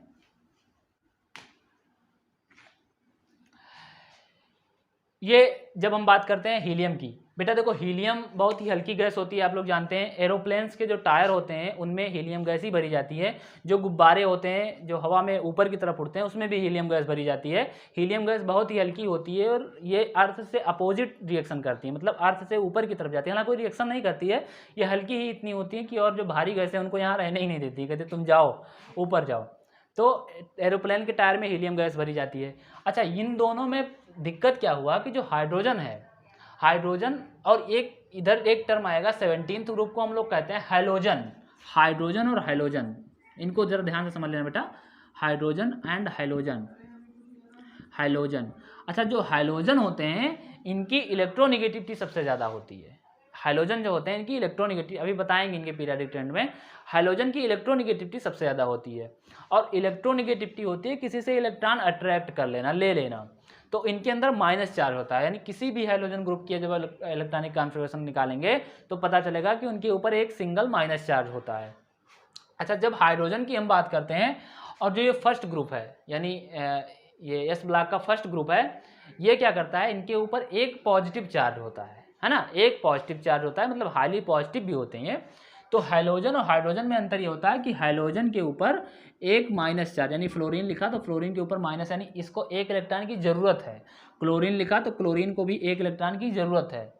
अच्छा, जो फर्स्ट ग्रुप का है, मान लो सोडियम है, तो सोडियम लिखा अगर तो सोडियम के पास एक प्लस चार्ज है, यानी एक इलेक्ट्रॉन इसके पास एक्स्ट्रा है, ये किसी को दे सकता है। तो जब हम हाइड्रोजन के केस में स्टडी करते हैं तो हाइड्रोजन क्या होता है कि हाइड्रोजन है, हाइड्रोजन के ऊपर एक प्लस चार्ज क्योंकि एक ही इलेक्ट्रॉन है, और कभी कभी हाइड्रोजन को लगता है कि इसको माइनस चार्ज शो कर लेना चाहिए, मतलब ये दोनों कॉम्बिनेशन है, इसका मन यहाँ भी नहीं लग रहा है, यहाँ भी नहीं लग रहा है, और खुद की प्रॉपर्टी, खुद की फैमिली छोड़ करके ये भी आ गया है अपने हाइड्रोजन वाली फैमिली को। भाई इनकी दोनों की प्रॉपर्टी है कि एक के पास +1 का चार्ज होता है, एक के ऊपर माइनस चार्ज। तो ये अभी भी बेटा डिसाइड नहीं हुआ है, हालांकि हम फर्स्ट नंबर पर पढ़ते हैं इसको यहाँ पे हाइड्रोजन, लेकिन कभी कभी ये हाइड्रोजन की तरह बिहेव करने लगता है। अभी भी बहुत सारे एक्सेप्शंस इसमें काम कर रहे हैं हाइड्रोजन के लिए कि हाँ कैसे इसको कहाँ पर रखा जाए, अभी कोई डिसाइड नहीं हुआ है कि हाँ इसमें फर्स्ट ग्रुप में होगा कि हाइड्रोजन में होगा। ठीक है, अब ये तो बात हो गई हाइड्रोजन की बात की, वो दोनों तरीके से शो करता है। अब इसको हाइड्रोजन कहते हैं, इसको हाइड्रोजन। ओके, अभी हम देख लेते हैं कि इनकी क्या प्रॉपर्टीज होती है। पी ब्लॉक में बहुत ही प्यारा एलिमेंट है बेटा, फास्फोरस। फास्फोरस जो कि 15th ग्रुप में पाया जाता है, फास्फोरस 15th ग्रुप में पाया जाता है और 3rd पीरियड में पाया जाता है, 3rd पीरियड में पाया जाता है। अब देखो यहाँ पे एक बड़ी ही इंटरेस्टिंग बात यह है, फास्फोरस का मतलब होता है चमकने वाला कोई, फास्फोरस का मतलब होता है चमकने वाला। भाई गांव में या फिर कभी दादा दादी के साथ बैठो तो वो एक चीज़ बहुत बताते हैं, या तो उन्होंने भूत के साथ कहीं कुश्ती लड़ी होगी या फिर भूत ने उनको पटक दिया होगा, मतलब ऐसे कहानियाँ वो रोचक बताते हैं, बना लेते हैं कि हाँ बना के बताते हैं या कैसे बताते हैं, तो उनकी हम असलियत जान लेते हैं कि ये होते क्या हैं। अरे कोई दादाजी बनेंगे, अरे हम रात को वहाँ जा रहे थे तो देखा कि पीपल के नीचे आग जल रहा था, अब कौन जला रहा था, वो भूत था, है ना। ऐसे करके डराते हैं बच्चों को या फिर किसी को भी डराते हैं और बताते हैं कि हमने भूत से लड़ा, हमने भूत को देखा। ऐसा कुछ नहीं होता है। दरअसल होता क्या है कि जो पीपल के पेड़ होते हैं, पीपल के पेड़ जैसे जैसे पुराने होते चले जाते हैं उसमें फास्फोरस की मात्रा बढ़ती चली जाती है, और फास्फोरस एक ऐसा एलिमेंट होता है जो खुद ही एक चमक उत्पन्न करता है, खुद ही ये चमकता है। तो अगर वो दिन में गिरता है फास्फोरस वहाँ से पीपल के पेड़ के नीचे से, तब तो हमें दिखाई नहीं देता है क्योंकि लाइट इतनी तेज रहती है सूर्य की। लेकिन अगर वही रात में हो, खासकर जब घना अंधेरा हो, है ना, घरे अंधेरे की बात बताएंगे, वो पूर्णमासी वाली चांद नहीं बताएंगे, अमावस्या वाली चांद बताएंगे कि जब खूब बढ़िया घना अंधेरा हो तब देखा कि हमने पीपल के पेड़ के नीचे आग जल रहा था, भूत आग जला के सेंक रहा था, ऐसा कहते हैं। तो वो वहाँ होता क्या है कि जब फास्फोरस पीपल के पेड़ के नीचे से जब गिरता है तो वो चमक उत्पन्न करता है। फास्फोरस खुद ही, पुराना पीपल जो होता है वो उसमें अक्सर फास्फोरस बन ही जाता है, तो वो फास्फोरस अगर टूट के कहीं गिरता है तो चमकदार हो जाता है। तो लोग कहते हैं नहीं नहीं वो आग जला रहा है, भूत वहाँ पे बैठा हुआ है। भूत वूत कुछ नहीं होते हैं, वो दरअसल क्या होता है, फास्फोरस ही होता है। तो फास्फोरस पी ब्लॉक के एलिमेंट्स में पाया जाता है, पी ब्लॉक का 15th एलिमेंट होता है। ठीक है, तो अब कोई अगर दादाजी बताएं या दादी जी बताएं या कोई ऐसा आपको बहकाने की कोशिश करे कि हमने भूत देखा, तो बता देना कि हमने भी फास्फोरस पढ़ रखा है, हमको बेवकूफ़ समझते हो, है ना। तो उसमें क्या हुआ कि फास्फोरस की बात करते हैं। अब हम दूसरी बात करते हैं, अभी हम मेटल के बारे में बात करते हैं। मेटल के बारे में सबसे इंटरेस्टिंग बात यह है, Hg जो एलिमेंट है ये 80 नंबर पे देखो डी ब्लॉक का एलिमेंट है, ध्यान रखना बेटा, डी ब्लॉक का एलिमेंट है, और एलिमेंट जितने इधर के पाए जाते हैं सबके सब मेटल पाए जाते हैं। और लेकिन आपने देखा होगा कि डॉक्टर के यहाँ जब आप दवा करवाने जाते हो तो जब जो थर्मामीटर वो यूज करते हैं, पारे वाला जो मरकरी वाला थर्मामीटर मुंह में लगा करके फिर देखते हैं अरे 104 डिग्री बुखार है, अरे बाप, है ना। वो जो मरकरी होता है वो लिक्विड स्टेट में होता है, लेकिन वो मेटल होता है, ये बात ध्यान रखना, मेटेलिक प्रॉपर्टी होता है। तो कोई ऐसा क्वेश्चन भी आ जाता है कभी कभी कि कौन सा मेटल है जो लिक्विड फॉर्म में पाया जाता है, तो किसकी बात करेंगे हम, मरकरी की। मरकरी एक ऐसा मेटल है जो लिक्विड फॉर्म में पाया जाता है। ठीक है बेटा, अभी हम ऐसे चलते चले आ रहे हैं, सारे मेटल हैं। हाँ, हम देख लेते हैं ये इनकी जो रिएक्टिविटी होती है वो बढ़ती चली जाती है, इनकी रिएक्टिविटी जो होती है वो जैसे जैसे हम लेफ्ट टू राइट हम आएंगे वैसे पीरियाडिक ट्रेंड समझ लो, राइट टू लेफ्ट जब आएंगे मतलब उल्टा, इनकी रिएक्टिविटी बढ़ती जाएगी। सबसे ज़्यादा रिएक्टिव मेटल होंगे वो होंगे फर्स्ट ग्रुप, फिर सेकंड ग्रुप, फिर डी ब्लॉक, फिर ऐसे ऐसे होंगे। अच्छा, आपने अक्सर देखा होगा कि जब हम लोग कई इलेक्ट्रिक सामान खरीदने जाते हैं तो उसमें जो शॉपकीपर होता है वो कहता है कि आप एल्युमिनियम का लेंगे कि कॉपर का लेंगे। दो चीज़ें देता है ऑप्शन कि आप एल्युमिनियम का लेंगे कि कॉपर का लेंगे। दरअसल क्या है कि एल्युमिनियम और कॉपर वायर उसमें यूज करता है। वो जो भी इलेक्ट्रिक अप्लायंस हम लेने जाते हैं तो उसमें वो इलेक्ट्रिक सामान में या वायर ही लेने जाते हैं तो उसमें क्या होता है कि एल्युमिनियम का जो वायर होता है वो सस्ता दे देता है, जो कॉपर का जो वायर होता है वो महंगा देता है। और या फिर जो सामान बना मतलब उसने बना के रखा है या फिर इलेक्ट्रिक सामान जो बेचना चाहता है उसमें अगर एल्युमिनियम का वायर लगा होगा तो सस्ता होगा, जो कॉपर का वायर लगा होगा वो महंगा होगा। दरअसल क्या होता है कि जैसे जैसे रिएक्टिविटी हम इधर राइट टू लेफ्ट जाते हैं वैसे बढ़ती चली जाती है रिएक्टिविटी। अच्छा, मेटल के पास एक प्रॉपर्टी होती है कि मेटल के पास ये इनके अंदर इतनी रिएक्टिविटी होती है कि ये इलेक्ट्रिसिटी को कंडक्ट कर सकते हैं। तो जो एल्युमिनियम है भाई देखो ये रहा आपका कॉपर कितने 23 नंबर पे, इसके एक और दूसरे ग्रुप में मतलब 2 ग्रुप और आगे जा करके एल्युमिनियम ऊपर मिल रहा है। तो एल्युमिनियम की जो रिएक्टिविटी है वो सीधी सी बात है कम है, कम मेटेलिक है किसकी तुलना में, कॉपर की तुलना में। तो कॉपर बेटा जो है वो एल्युमिनियम से ज़्यादा रिएक्टिव है और एल्युमिनियम का तार इसीलिए सस्ता आता है और जो कॉपर के वायर हैं वो महंगे आते हैं। अच्छा, कॉपर का एक और भी बहुत खास काम है कि ये एंटी बैक्टीरियल होता है। कॉपर अक्सर कहा जाता है कि कॉपर के यूटेंसिल में खाना खाओ, कॉपर के यूटेंसिल में पानी पियो। क्या होता है कि वो जो बैक्टीरिया होता है वो ऐसे ही डिस्ट्रॉय कर देता है, उसी में मतलब मेटल के प्रभाव से ही डिस्ट्रॉय कर। अक्सर हम लोग देखते हैं कि हमारे घरों में कॉपर के काफ़ी उपयोग होते हैं। कॉपर महंगे भी आते हैं, नहीं कॉपर का जो पूजा करते हैं, पूजा घर में कॉपर के उपयोग किए जाते हैं। तो कॉपर क्या होता है, इनके अंदर प्रॉपर्टी होती है कि वो मेटल बैक्टीरिया को ही मार देता है ना, कुछ करना ही नहीं पड़ता, उसके टच में आते हैं बैक्टीरिया मरते चले जाते हैं। इसीलिए कहा जाता है कि कॉपर के यूटेंसिल में यूज करना चाहिए सब कुछ। अच्छा, हम जैसे जैसे इधर आते चले जाते हैं फिर मेटालिक कैरेक्टर बढ़ती चली जा रही है। भाई देखो पहला तो हमने डिवाइडेशन यही पढ़ा था ना मेटल और नॉन मेटल की तरह, तो इधर तो हो गए नॉन मेटल जो गैस हैं, लिक्विड हैं, सॉलिड कंडीशन में भी कुछ है। लेकिन जैसे जैसे हम इधर आते हैं तो पता चलता है हमको कि ये रिएक्टिविटी इसकी मेटल की बढ़ती चली जाती है। मान लो हम ये सबसे रिएक्टिव मेटल जो होता है वो पोटेशियम और सोडियम होता है। हम सोडियम की अगर बात करते हैं, सोडियम एक ऐसा मेटल है, अभी तो मरकरी के बारे में पढ़ा कि मेटल लिक्विड में होता है, लेकिन सोडियम एक ऐसा मेटल है जो होता तो सॉलिड में लेकिन उसे चाकू से भी काटा जा सकता है, एक ऐसा मेटल होता है ना। तो इसे ध्यान रखना कि सोडियम मेटल को हम लोग चाकू से काट सकते हैं, इतना सॉफ्ट होता है। लेकिन रिएक्टिव पूछो, रिएक्टिव इतना होता है कि ये पानी में आग लगा दे। ये महोदय जो सोडियम बैठे हैं पानी में आग लगाते हैं, पानी अगर ये पानी से अगर रिएक्शन कर लें या ऑक्सीजन से या नमी से मॉइस्चर से रिएक्शन कर ले तो ये बर्न होते हैं, है ना। कहीं अगर बाबा बनने का शौक हो तो बढ़िया सोडियम लेना हाथ में और कहना देखो हम जादू दिखाते हैं, बढ़िया मंत्र वंत्र ऐसे बोल के फिर ऐसे फेंक देना, पानी बरस रहा हो या फिर ऐसे थोड़ा सा नम एनवायरनमेंट हो, बस मॉइस्चर होगा उसमें तो अपने आप रिएक्शन करके वो जलने लगेगा उसी में एनवायरनमेंट में। या फिर मान लो पानी रखा है गिलास को, देखो हम बाबा बनने जा रहे हैं और सोडियम उठाना और पानी में डुबो देना, फिर पता चलेगा पानी जलने लगेगा, पानी में ही जलने लगेगा, पानी में रिएक्शन करता है, किसी मैच स्टिक की जरूरत नहीं पड़ेगी, है ना, वो पानी से रिएक्शन कर लेता है। तो ये सोडियम है। अभी इसमें बहुत ही इंटरेस्टिंग ये देखो कैल्शियम मिल गया, कैल्शियम पोटेशियम का भी ऐसा ही वर्क होता है। कैल्शियम मिल गया, कैल्शियम क्या है, हड्डियों में पाया जाता है, कैल्शियम फास्फोरस भी हड्डियों में पाया जाता है, कैल्शियम उसमें पाया जाता है हड्डियों में।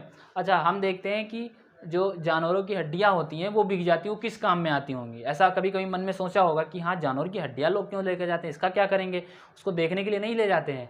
दरअसल क्या होता है बेटा कि जो मेजर इसका यूज़ है वो तो मतलब और भी जगह है, लेकिन जो हम लोग चीनी खाते हैं, चीनी को साफ़ करने के लिए कैल्शियम का यूज किया जाता है और कैल्शियम सबसे ज़्यादा हड्डियों में पाया जाता है। तो इशारा काफ़ी है, आप लोग जान गए होंगे कि ये लोग कैल्शियम कहाँ से निकालते हैं जो इतनी सस्ती चीनी दे रहे हैं, ये खरीदने नहीं जाते हैं कैल्शियम, ये कैल्शियम कहीं से बनाते हैं। आप लोग जान गए होंगे ना कि हड्डियाँ क्यों खरीदी जा रही हैं, है ना। फिर उसको क्या करते हैं, उससे चीनी साफ करते हैं। तो ये कुछ एलिमेंट्स हैं जिनकी कुछ प्रॉपर्टीज़ थे खास, है ना।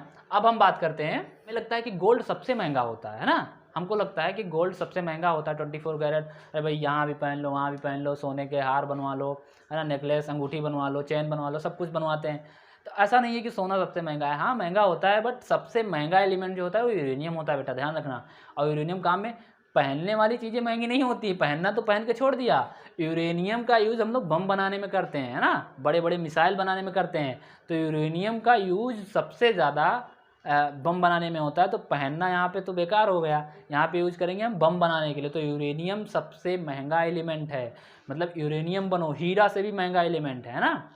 हीरा तो एलिमेंट फिलहाल है नहीं, वो तो कंपाउंड है एक कार्बन का ही एक एलोट्रोप है। लेकिन जब बात करते हैं हम इसकी यूरेनियम की, तो गोल्ड से भी महंगा होता है। ठीक है बेटा, सबसे महंगा गोल्ड ही होता है। अब हम बात करते हैं पीरियाडिक वेरिएशन की, कि पीरियाडिक में वेरिएशन क्या होता है।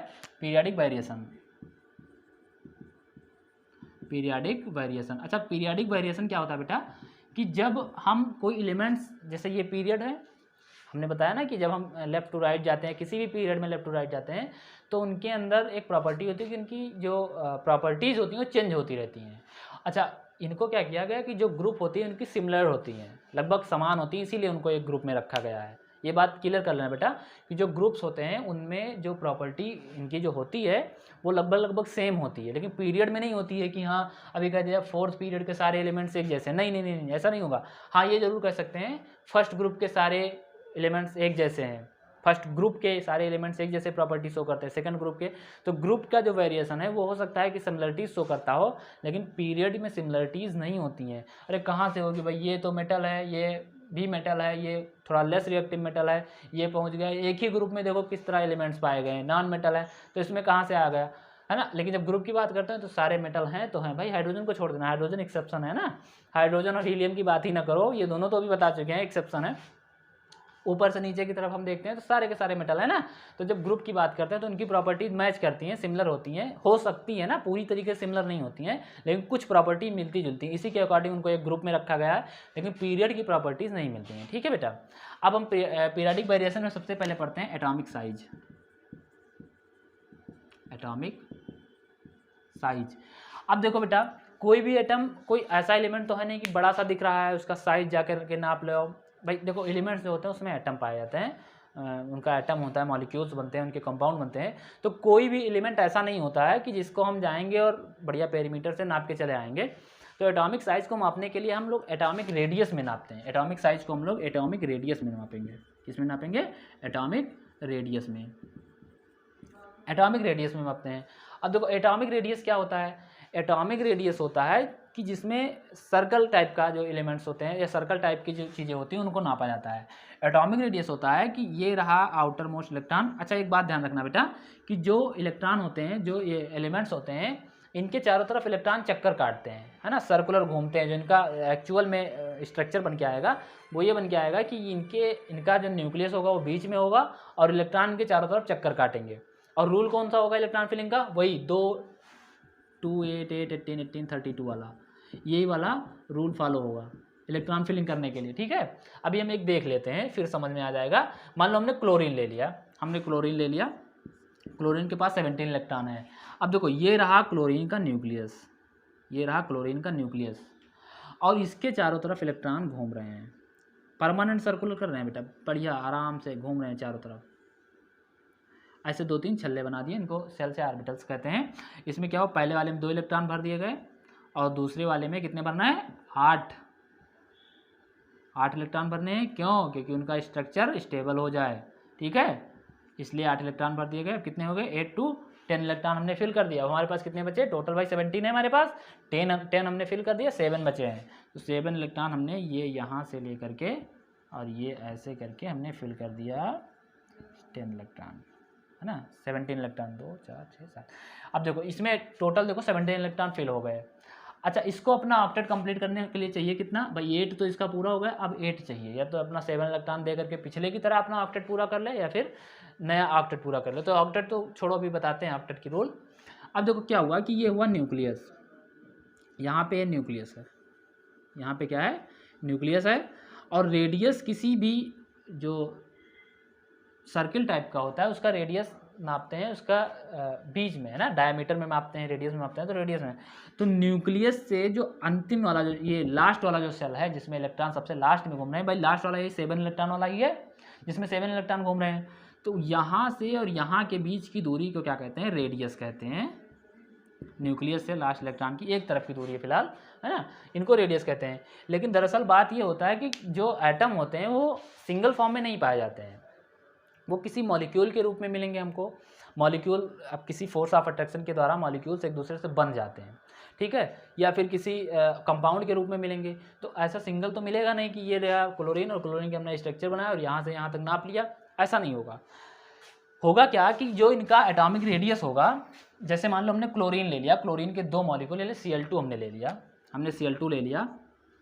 अब Cl2 का क्या कि Cl2 एक यहाँ न्यूक्लियस बना करके एक Cl2 यहाँ बना लिया, मतलब Cl एक क्लोरीन यहाँ बना लिया और एक क्लोरीन यहाँ बना लिया,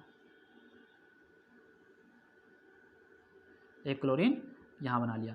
अब देखो हम करेंगे क्या, हम इनके अब रेडियस हमको नहीं पता था ना, क्यों? क्योंकि एटम जो होते हैं वो सिंगल फॉर्म में नहीं पाए जाते हैं, फ्री स्टेट में नहीं पाए जाते हैं, वो किसी से साथ कंबाइन होते हैं, यानी मॉलिक्यूल बनाते हैं। मॉलिक्यूल क्या होता है, जब 2 एटम साथ मिले, जैसे Cl2 मॉलिक्यूल है या इसका कोई कंपाउंड बन के आ जाए तो उसे मॉलिक्यूल कहते हैं। अब हम क्या करेंगे कि 2 न्यूक्लियस हैं, ये 2 न्यूक्लियस हैं और दोनों न्यूक्लियस के बीच की दूरी क्या होगी, उनकी रेडियस होगी। मान लो इसका जो क्लोरीन है Cl2 के बीच की दूरी जो होती है Cl के बीच की 198 pm होता है। तो हम क्या करेंगे, एक क्लोरीन की जो रेडियस निकालेंगे वो हम निकाल लेंगे, इनका आधा कर देंगे, 198 का आधा होता है 99 pm। तो एक क्लोरीन का एटॉमिक रेडियस कितना निकल के आया, क्लोरीन का एटॉमिक रेडियस निकल के आया 99 pm और Cl2 का एटॉमिक रेडियस कितना निकल के आया 198 pm। अब हम बात करते हैं वेरिएशन इन पीरियोडिक टेबल, इनकी क्या एटॉमिक रेडियस की बात होती है, क्या कैसे होता है वेरिएशन इन पीरियोडिक टेबल में एटॉमिक रेडियस जो है वो कैसे काम करती है। एटॉमिक रेडियस की जब बात करते हैं, एटॉमिक रेडियस एटॉमिक रेडियस को ही एटॉमिक साइज भी कह लो, है ना, क्योंकि भाई रेडियस से ही साइज नापी जाती है, तो एटॉमिक रेडियस और साइज समझो एक ही हुआ। अच्छा, अब क्या हुआ कि एटॉमिक रेडियस जो है वो अभी हमने बताया ना कि कैसे Cl2 का निकल के आता है। तो एटॉमिक रेडियस का जब हम पीरियड में बात करते हैं, तो जब हम लेफ़्ट टू राइट जाते हैं, मतलब इधर से इधर की तरफ जाते हैं पीरियोडिक टेबल में, तो क्या होता है कि इनका जो न्यूक्लियर चार्ज है, न्यूक्लियर चार्ज का मतलब समझ रहे हो, न्यूक्लियर चार्ज का मतलब होता है कि न्यूक्लियस के अंदर चार्ज होती है। अब ये समझ लो कि मैग्नेटिक फोर्स होती है जो अट्रैक्ट करने की क्षमता रखती है किसी भी इलेक्ट्रॉन को। तो जब हम लेफ़्ट टू राइट जाते हैं तो न्यूक्लियर चार्ज इंक्रीज होती है, न्यूक्लियर चार्ज इंक्रीज होती है। और जब न्यूक्लियर चार्ज किसी की इंक्रीज होगी, मतलब अट्रैक्शन ऑफ इलेक्ट्रॉन उनकी इंक्रीज होती चली जाएगी। तो अब जरा सोचो भाई, देखो न्यूक्लियस बीच में होता है, इलेक्ट्रॉन ऐसे सराउंडिंग करते हैं। तो जैसे जैसे उनकी न्यूक्लियर पावर बढ़ती जाएगी वैसे वैसे क्या करेंगे, वो इलेक्ट्रॉन को अपनी तरफ खींचेंगे। तो भाई न्यूक्लियस चारों तरफ से अपनी तरफ जब खींचेगा तो साइज घट जाएगी, सीधी सी बात है। भाई देखो ये रहा न्यूक्लियस, और ये न्यूक्लियस जो अपनी तरफ इलेक्ट्रॉन खींच रहा है, अट्रैक्ट कर रहा है, ये मान लो ये इसमें इलेक्ट्रॉन घूम रहा है, इसमें इलेक्ट्रॉन घूम रहा है। तो जब इसका पावर ज़्यादा है तो इलेक्ट्रॉन किसकी तरफ, न्यूक्लियस की तरफ मूव करेंगे, न्यूक्लियस की तरफ भागेंगे। तो जैसे जैसे हम लेफ्ट टू राइट जाते हैं तो क्या होता है कि न्यूक्लियर चार्ज उनका बढ़ता जाता है, इसलिए उनकी साइज छोटी होती चली जाती है। अब भाई जैसे देखो, मान लो हम सोडियम की बात करते हैं या फिर लिथियम की बात करते हैं, लिथियम की मान लो ये रहा न्यूक्लियस, और न्यूक्लियस में न्यूक्लियर चार्ज कम है तो इनकी मान लो साइज यहाँ तक आती है, तो ये इनकी परमानेंट साइज बनी रहेगी। लेकिन जब हम बात करते हैं मान लो क्लोरीन या फ्लोरीन की, मतलब सबसे लेफ्ट, अच्छा ये बात ध्यान रखना है, जो वेरिएशन है बेटा उसमें ही उसको नोबल गैस को छोड़ दिया जा रहा है, वो तो किंग है, वो कुछ नहीं करेगा, उसका कोई वेरिएशन वगैरह नहीं है। बात सिर्फ 17th ग्रुप तक ही होगी, है ना। पीरियोडिक टेबल में 18th ग्रुप को छोड़ रहे हैं, सारी प्रॉपर्टीज उनके लिए नहीं है, उनके लिए बस इतना है कि वो बढ़िया खाए पी के बढ़िया आराम से सो रहे हैं, है ना। यहाँ पे क्या होगा, न्यूक्लियर चार्ज ये रहा लिथियम का, मान लो लिथियम में कितने इलेक्ट्रॉन होते हैं, 3। लिथियम में कितने इलेक्ट्रॉन होते हैं, 3। 2 इसमें भर दिया और 1 इसमें भर दिया। अब इसमें न्यूक्लियर चार्ज तो है नहीं बेटा कोई। अच्छा, यहीं पे तुरंत हम बात करते हैं फ्लोरीन की। तो फ्लोरीन की जब बात करते हैं तो क्या होगा कि फ्लोरीन के पास न्यूक्लियर चार्ज काफ़ी है। तो अब क्या करेगा भाई, ऑर्बिटल्स में ही तो इलेक्ट्रॉन घूम रहे हैं और इलेक्ट्रॉन को अट्रैक्ट करेगा। तो अब क्या करेगा, 2 इलेक्ट्रॉन इसमें है और इलेक्ट्रॉन जो है 8 इलेक्ट्रॉन 7 इलेक्ट्रॉन इसमें है। अब देखो 7 इलेक्ट्रॉन इसमें है। अब क्या हुआ, ये रहा न्यूक्लियस, और न्यूक्लियस इन इलेक्ट्रॉनों को अपनी तरफ सारे तरफ से अपनी तरफ खींच रहा है। तो भाई देखो, एक लिमिट के बाद ये इलेक्ट्रॉन इस न्यूक्लियस की तरफ जब अट्रैक्ट हो रहे हैं तो सीधी सी बात है कि इनके साइज में कमी आएगी। अच्छा, यहाँ पे क्या है, यहाँ पे न्यूक्लियर चार्ज है ही नहीं, है भी तो बहुत कम है, तो वो नहीं करता है, इधर अपनी तरफ अट्रैक्ट नहीं करता है, तो ये जितना बड़ा है उतना ही बड़ा रहता है। तो साइज का टर्म पता चल गया होगा आपको कि जब हम लेफ्ट टू राइट जाते हैं तो उसका जो किसी भी एलिमेंट का साइज घटती जाती है, और जब टॉप टू बॉटम आते हैं, जब हम टॉप टू बॉटम बॉटम आते हैं मतलब कि ऊपर से नीचे की तरफ आते हैं पीरियोडिक टेबल में, मतलब ग्रुप्स में जब आते हैं तो क्या होता है, इंक्रीज करती है। अब देखो यहाँ पे क्या होता है, एटॉमिक साइज डिक्रीजेस, यहाँ पे लिख दो लेफ्ट टू राइट में क्या होता है, एटॉमिक साइज डिक्रीजेस, या फिर ऐसे लिख लो कि when we move from left to right in periodic table, nuclear charge increases and atomic size decreases. क्यों? क्योंकि जब किसी एलिमेंट की बात करते हैं तो उसमें क्या होता है कि न्यूक्लियर चार्ज उसका जब बढ़ता जाता है तो उसके इलेक्ट्रॉनों को अपनी तरफ वो अट्रैक्ट कर लेता है, जिसके उनकी साइज में कमी आ जाती है। भाई कोई भी मान लो, कोई भी आप सर्कल टाइप की चीज़ ले लो, उसके जो सेंटर है उसमें फोर्स लगा दो, मतलब वो अपनी तरफ खींचने लगे, तो वो उसकी साइज जो होगी वो घट जाएगी, अपने आप ही घट जाएगी। ठीक है, तो ये रहा बेटा पीरियोडिक ट्रेंड एटॉमिक रेडियस के बारे में। अब हम बात करते हैं बेटा बैलेंसी क्या होती है? बैलेंसी होती है कि किसी एलिमेंट्स के पास कितने इलेक्ट्रॉन आउटर मोस्ट इलेक्ट्रॉन में है, आउटर मोस्ट सेल में कितने इलेक्ट्रॉन है, उसी के अकॉर्डिंग ग्रुप भी हम डिसाइड कर देंगे। जैसे मान लो बैलेंसी की बात करते हैं तो आउटर मोस्ट इलेक्ट्रॉन का मतलब ये हुआ कि जैसे मान लो हमने सोडियम ले लिया, सोडियम का इलेक्ट्रॉनिक कॉन्फ़िगरेशन निकालेंगे, सोडियम का एटॉमिक नंबर होता है 11। अब हमने क्या किया कि इसका एटॉमिक नंबर निकालना शुरू किया, ये रहा एटॉमिक नंबर। अब देखो इसमें पहले वाले में कितने इलेक्ट्रॉन, भाई वही रूल फॉलो करना है, 2 8 8 18 18 32 32, यही रूल फॉलो करना है। तो 2 पहले भर देंगे, मतलब पहले सेल में 2 इलेक्ट्रॉन भरना है, फिर 8 फिर 8 फिर 18 फिर 18, ऐसे करके भरते चले जाना है। अब इसमें देखो हमने 8 इलेक्ट्रॉन फिल कर दिया, 8 इलेक्ट्रॉन फिल कर दिया। अब क्या हुआ, 8 और 2 10 हो गया। अब इसके पास बचा 1 इलेक्ट्रॉन एक्स्ट्रा। ठीक है, तो अभी इसकी यही वैलेंसी हो जाएगी, क्या हो जाएगी, यही इसकी वैलेंसी हो जाएगी। अच्छा देखो पीरियोडिक टेबल में हम कैसे पता करेंगे कि इसकी वैलेंसी अगर 1 है तो ये किस ग्रुप में पाया जाएगा। देखो पीरियोडिक टेबल को ये जानना जरूरी है कि कोई एलिमेंट्स किस ग्रुप में पाया जाता है। तो अब देखो क्या होता है कि यहाँ पे देखो 1 इलेक्ट्रॉन इसके आउटर सेल में ज़्यादा है, 1 इलेक्ट्रॉन इसके पास ज़्यादा है उसकी बैलेंस सेल से। तो अभी हम क्या करेंगे कि इसको हम पता कर लेंगे कि देखो ये है, पहले वाले में 2 भरा गया, दूसरे वाले में 8 भरा गया, तीसरे वाले में 1 भरा गया है। देखो हमने अपना टारगेट पूरा कर लिया, 2 वाले का पूरा कर लिया ये वाला, 8 वाले का पूरा कर लिया ये वाला। तीसरी बात है ये 8 वाला बचा, इसमें से हमने सिर्फ 1 इलेक्ट्रॉन का टारगेट पूरा किया है, हमारे पास 7 इलेक्ट्रॉन नहीं है। तो अब हम डिसाइड कर लेंगे कि ये देखो भाई ये हुआ फर्स्ट वाले में, ये दूसरे वाले में, तो यानी थर्ड पीरियड का, भाई तीसरे सेल्स में अगर है तो थर्ड पीरियड हो जाएगा, है ना, ये तीसरे पीरियड की बात हो रही है।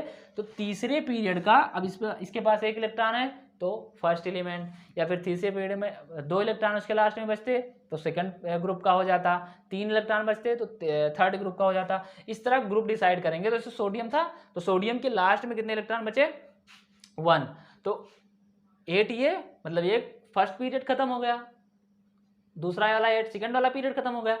तीसरे छल्ले में हमने भरा है ना, तीसरे ऑर्बिटल में भरा है 1 इलेक्ट्रॉन, इसलिए थर्ड पीरियड में पहला इलेक्ट्रॉन इसका होगा, यानी थर्ड पीरियड के फर्स्ट ग्रुप में ये सोडियम पाया जाएगा। ठीक है, तो जो कितना आसान है इनका डिटर्मिनेशन करना कि कौन सा एलिमेंट कहाँ पाया जाएगा। अच्छा यहीं पे इसकी जगह पे हम मान लेते हैं, हम मान लो कोई दूसरा एलिमेंट ले लेते हैं, मान लो हमने क्लोरीन ले लिया, हमने क्या ले लिया, क्लोरीन ले लिया, या चलो क्लोरीन ले लिया। क्लोरीन के पास कितने इलेक्ट्रॉन होते हैं, Cl के पास होते हैं 17 इलेक्ट्रॉन। अब देखो 17 इलेक्ट्रॉन फिल करने के लिए हम इसमें ऑर्बिटल्स बना रहे हैं, और देखो 2 तो इसमें भर दिया सबसे पहले वाले में, 8 इलेक्ट्रॉन इसमें भर दिया जो उसके सेकंड नंबर पे चल रहा है, यानी सेकंड नंबर पे ऑर्बिटल है उसमें भर दिया, और थर्ड वाले पे क्या किया, अब देखो 8 और 2 10 इलेक्ट्रॉन हमने यूज कर लिया, हमारे पास इलेक्ट्रॉन के बच्चे हैं नंबर 7, और 7 को कहाँ भर लेंगे हम, इसमें भर लेंगे।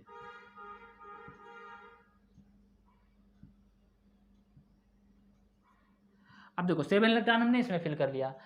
अब देखो इसका हम अगर डिसाइड करेंगे कि ये पीरियोडिक टेबल में किस स्थान पे है, तो सबसे पहले कितने चल रहे हैं, कितने ऑर्बिटल हैं, 3 है ना। पहले वाले में 2 भरा है, दूसरे वाले में 8 भरा है, तीसरे वाले में 8 भरा है। तो ये थर्ड पीरियड की बात हो रही है, थर्ड पीरियड में कहीं पाया जा रहा है। ओके, अब हम बात करते हैं कि ये है कहाँ पे, एक्चुअल में कहाँ है। तो इसके लास्ट में कितने इलेक्ट्रॉन है, 7 इलेक्ट्रॉन है ना। तो 7 ग्रुप मतलब ये है कि इसका जो डिसाइड करेंगे हम, वो पहले तो भाई इसमें डी ब्लॉक तो आता नहीं है, तीसरे पीरियड तक डी ब्लॉक तो आता नहीं है। तो यानी सीधी सी बात है भाई 8 और 2 10 हो गए, और ये 7 हो गया 17, तो 17th ग्रुप में पाए जाएंगे, सीधी सी बात है। 17वें नंबर पे थर्ड पीरियड में 17th ग्रुप में ये 17th नंबर पे पाए जाएंगे एलिमेंट, ठीक है। ये हो जाएगा।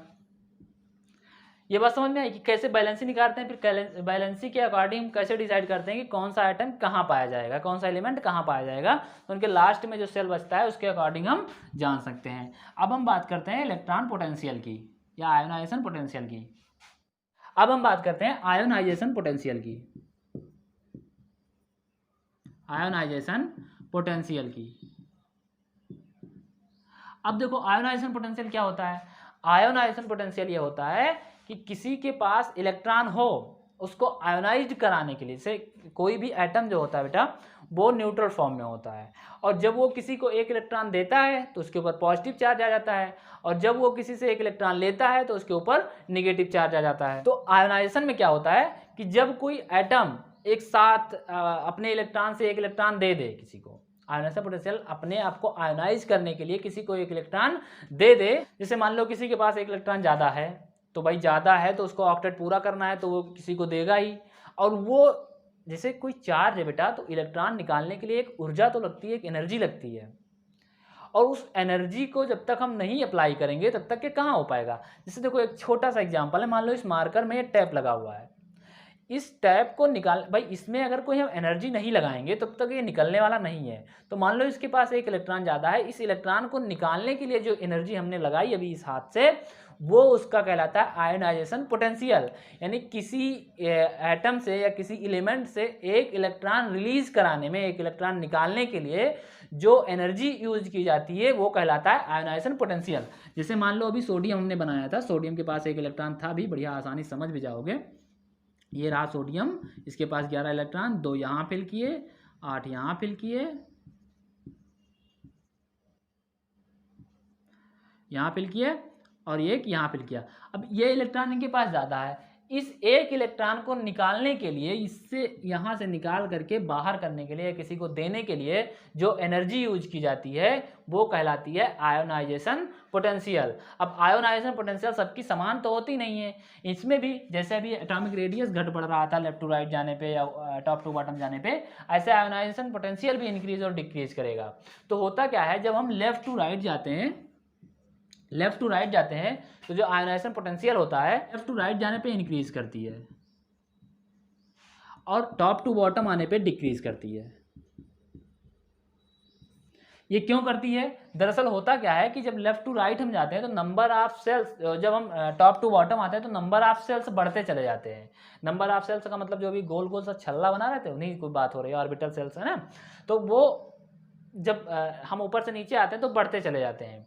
अच्छा, चूंकि साइज तो इनका ठीक ठाक है ना, फर्स्ट वाले का जब टॉप टू बॉटम आते हैं साइज बढ़ती चली जाती है, बताया ना। जैसे जैसे हम इधर लेफ्ट टू राइट जाते हैं तो इनके न्यूक्लियर चार्ज बढ़ जाती है, इससे साइज इनकी घट जाती है। तो साइज जब घटती है तो वहाँ पे भाई इसका साइज खुद छोटा होगा, वो किसी को कैसे दे सकता है। और जिसके पास जब साइज बड़ी होगी तो वो क्या करेगा, वो अपने इलेक्ट्रॉन दे सकता है। भाई जो बड़े चीज़ें हैं वो कुछ भी कर सकते हैं, ले भी सकते हैं, दे भी सकते हैं। जो छोटे हैं वो खुद ही न्यूक्लियर, अपने न्यूक्लियस से लड़ाई लड़ रहे हैं, वो न्यूक्लियस की तरफ अट्रैक्ट होते जा रहे हैं, उनको किसी और से मतलब ही नहीं है। उनको इलेक्ट्रॉन जो है उनके पास पावर ही नहीं बची है, वो न्यूक्लियस को ही संतुष्ट कर दें, वही बहुत है। तो ये क्या होता है आयोनाइजेशन पोटेंशियल में कि जब हम लेफ्ट टू राइट जाते हैं तो इंक्रीज करती है, और जब ऊपर से नीचे की तरफ आते हैं तो डिक्रीज करती है। अब हम बात करते हैं next term electron affinity. Electron affinity, अब देखो बेटा इलेक्ट्रॉन अफिनिटी क्या होता है। इलेक्ट्रॉन अफिनिटी का मतलब होता है कि अभी आयनाइजेशन पोटेंशियल जो हम लोग पढ़ रहे थे उसमें इलेक्ट्रॉन दे रहा था, इसमें इलेक्ट्रॉन लेगा, जस्ट अपोजिट है ये। आयनाइजेशन पोटेंशियल का इलेक्ट्रॉन अफिनिटी जस्ट अपोजिट होता है। जब कोई इलेक्ट्रॉन गेन करता है, लेता है, तो वो क्या होता है, उसको जो एनर्जी लगती है एक इलेक्ट्रॉन लेने के लिए, गेन करने के लिए, उसे कहते हैं इलेक्ट्रॉन अफिनिटी। तो ये क्या करते हैं, जब लेफ्ट टू राइट जाते हैं बेटा तो ये इंक्रीज करती है। रीजन सेम रहेगा, वही उनकी साइज से, मतलब उनका न्यूक्लियर चार्ज जब लेफ्ट टू राइट जाते हैं तो बढ़ जाती है, और उसकी वजह से क्या होता है, उनकी साइज घट जाती है, और साइज घटने के बाद इनकी जो इलेक्ट्रॉन अफिनिटी है वो भी इंक्रीज कर जाती है। अच्छा, यहाँ पे जब बात करते हैं टॉप टू बॉटम पे, तो इनकी भी क्या होती है, वही सेम प्रॉब्लम। जब टॉप टू बॉटम आते हैं तो साइज बढ़ती चली जा रही है, तो इलेक्ट्रॉन अफिनिटी जो होती है वो डिक्रीज कर जाती है। ठीक है बेटा, इनकी इलेक्ट्रॉन अफिनिटी डिक्रीज करती है जब टॉप टू बॉटम आते हैं। जब लेफ्ट टू राइट जाते हैं तो इलेक्ट्रॉन अफिनिटी इंक्रीज करती है। नेक्स्ट टर्म है बेटा इलेक्ट्रोनिगेटिविटी। इलेक्ट्रोनिगेटिविटी, इलेक्ट्रोनिगेटिविटी, इलेक्ट्रोनिगेटिविटी का मतलब होता है कि इलेक्ट्रॉन को अट्रैक्ट करने की पावर, कौन ऐसा है जो इलेक्ट्रॉन को अट्रैक्ट करके खुद में मिला सकता है। ठीक है, इलेक्ट्रोनिगेटिविटी का के ऊपर हमेशा निगेटिव चार्ज ही आता है, लेकिन ये क्या करते हैं, ये इलेक्ट्रॉन को किसी से ले सकते हैं, इलेक्ट्रॉन को अपनी तरफ अट्रैक्ट कर सकते हैं, इनके अंदर ये पावर होती है। तो जब हम बात करते हैं लेफ्ट टू राइट जाने की, तो चूंकि इनकी साइज लेफ्ट टू राइट जाने पे घटती रहती है, तो साइज घटने की वजह से इनके पास ऐसी पावर आ जाती है कि किसी से इलेक्ट्रॉन ले सकते हैं। और जब टॉप टू बॉटम आते हैं तो क्या होता है, ये किसी को दे सकते हैं, यानी पॉजिटिविटी बढ़ जाती है। जब हम राइट टू लेफ्ट आते हैं, मतलब उल्टे की तरफ आते हैं, लेफ्ट टू राइट ना जा करके वापस की तरफ आते हैं, रिवर्स हो जाते हैं, तो क्या होता है कि उनकी पॉजिटिविटी बढ़ती है। लेकिन जब लेफ्ट टू राइट जाते हैं, इधर की तरफ इंक्रीजिंग ऑर्डर में जाते हैं, तो क्या होता है कि उनकी निगेटिविटी बढ़ती चली जाती है। ठीक है, तो हम कह सकते हैं कि जब हम पीरियोडिक टेबल में लेफ्ट टू राइट जाते हैं, लेफ्ट टू राइट जाते हैं, तो जो उनकी इलेक्ट्रोनिगेटिविटी है वो इंक्रीज करती है। और जब हम टॉप टू बॉटम आते हैं तो क्या होता है, उनकी इलेक्ट्रोनिगेटिविटी डिक्रीज करती है। ओके बेटा, ये रहा इलेक्ट्रोनिगेटिविटी। अब हम बात करते हैं मेटेलिक और नॉन मेटेलिक कैरेक्टर की।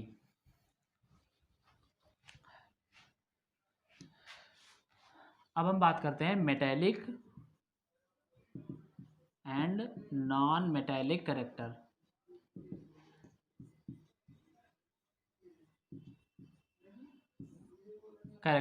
अब देखो मेटेलिक और नॉन मेटेलिक कैरेक्टर क्या होता है। अभी हम जब पीरियोडिक टेबल दिखा रहे थे आपको, तो पीरियोडिक टेबल में इधर मेटेलिक है, ये देखो, इसमें अभी हमने बताया था कि मेटल और नॉन मेटल कौन होते हैं।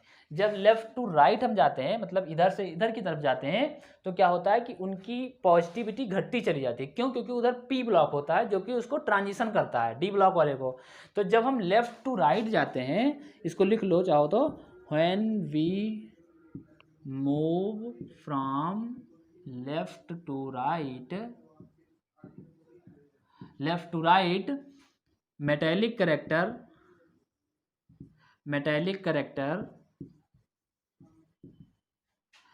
decreases and non metallic character क्या होता है, इंक्रीज करता है, इंक्रीजेस। यही चीज अगर हम उल्टा देखते हैं तो ये सारी चीजें उल्टी हो जाएंगे। जब टॉप टू बॉटम आते हैं, टॉप टू बॉटम की बात करते हैं, टॉप टू बॉटम में क्या होता है, इंक्रीज करता है metallic character, non metallic character decrease करता है, increases, and non metallic character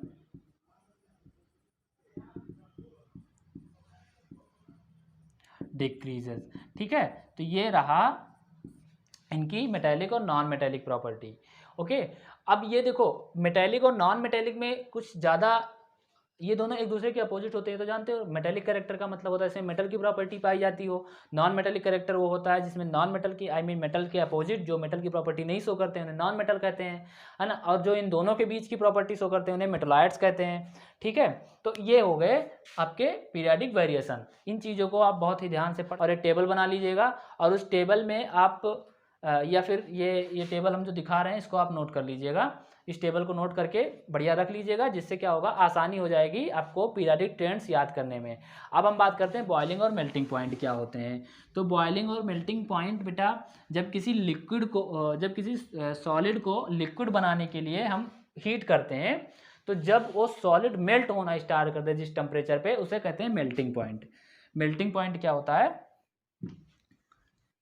जब कोई सॉलिड मेल्ट करना स्टार्ट कर दे इस टेम्परेचर पे, उसे क्या कहते हैं, मेल्टिंग पॉइंट कहते हैं। और बॉइलिंग पॉइंट क्या होता है कि जब हम किसी लिक्विड को इतना टेम्परेचर दें जब वो बॉयल करना स्टार्ट कर दे, उसे क्या कहते हैं, बॉइलिंग पॉइंट कहते हैं, ठीक है। जैसे पानी है, वाटर है, तो वाटर की बॉइलिंग पॉइंट 100 डिग्री सेंटीग्रेड होती है, ठीक है। यानी 100 डिग्री सेंटीग्रेड पर पानी को हम टेम्परेचर देंगे तो बॉयल करना स्टार्ट कर देगा, और बॉयल करने के बाद लिक्विड से गैस में कन्वर्ट होना शुरू हो जाता है। और मेल्टिंग पॉइंट पर गर्म करने के बाद, टेम्परेचर देने के बाद, सॉलिड से वो सीधा लिक्विड की तरफ कन्वर्ट होना शुरू हो जाता है। ओके बेटा, तो आज की क्लास में बस इतना ही। Have a nice day. और अगर सब कुछ सही है तो चैनल को सब्सक्राइब करें, लाइक करें, खूब शेयर करें, खूब अच्छे से।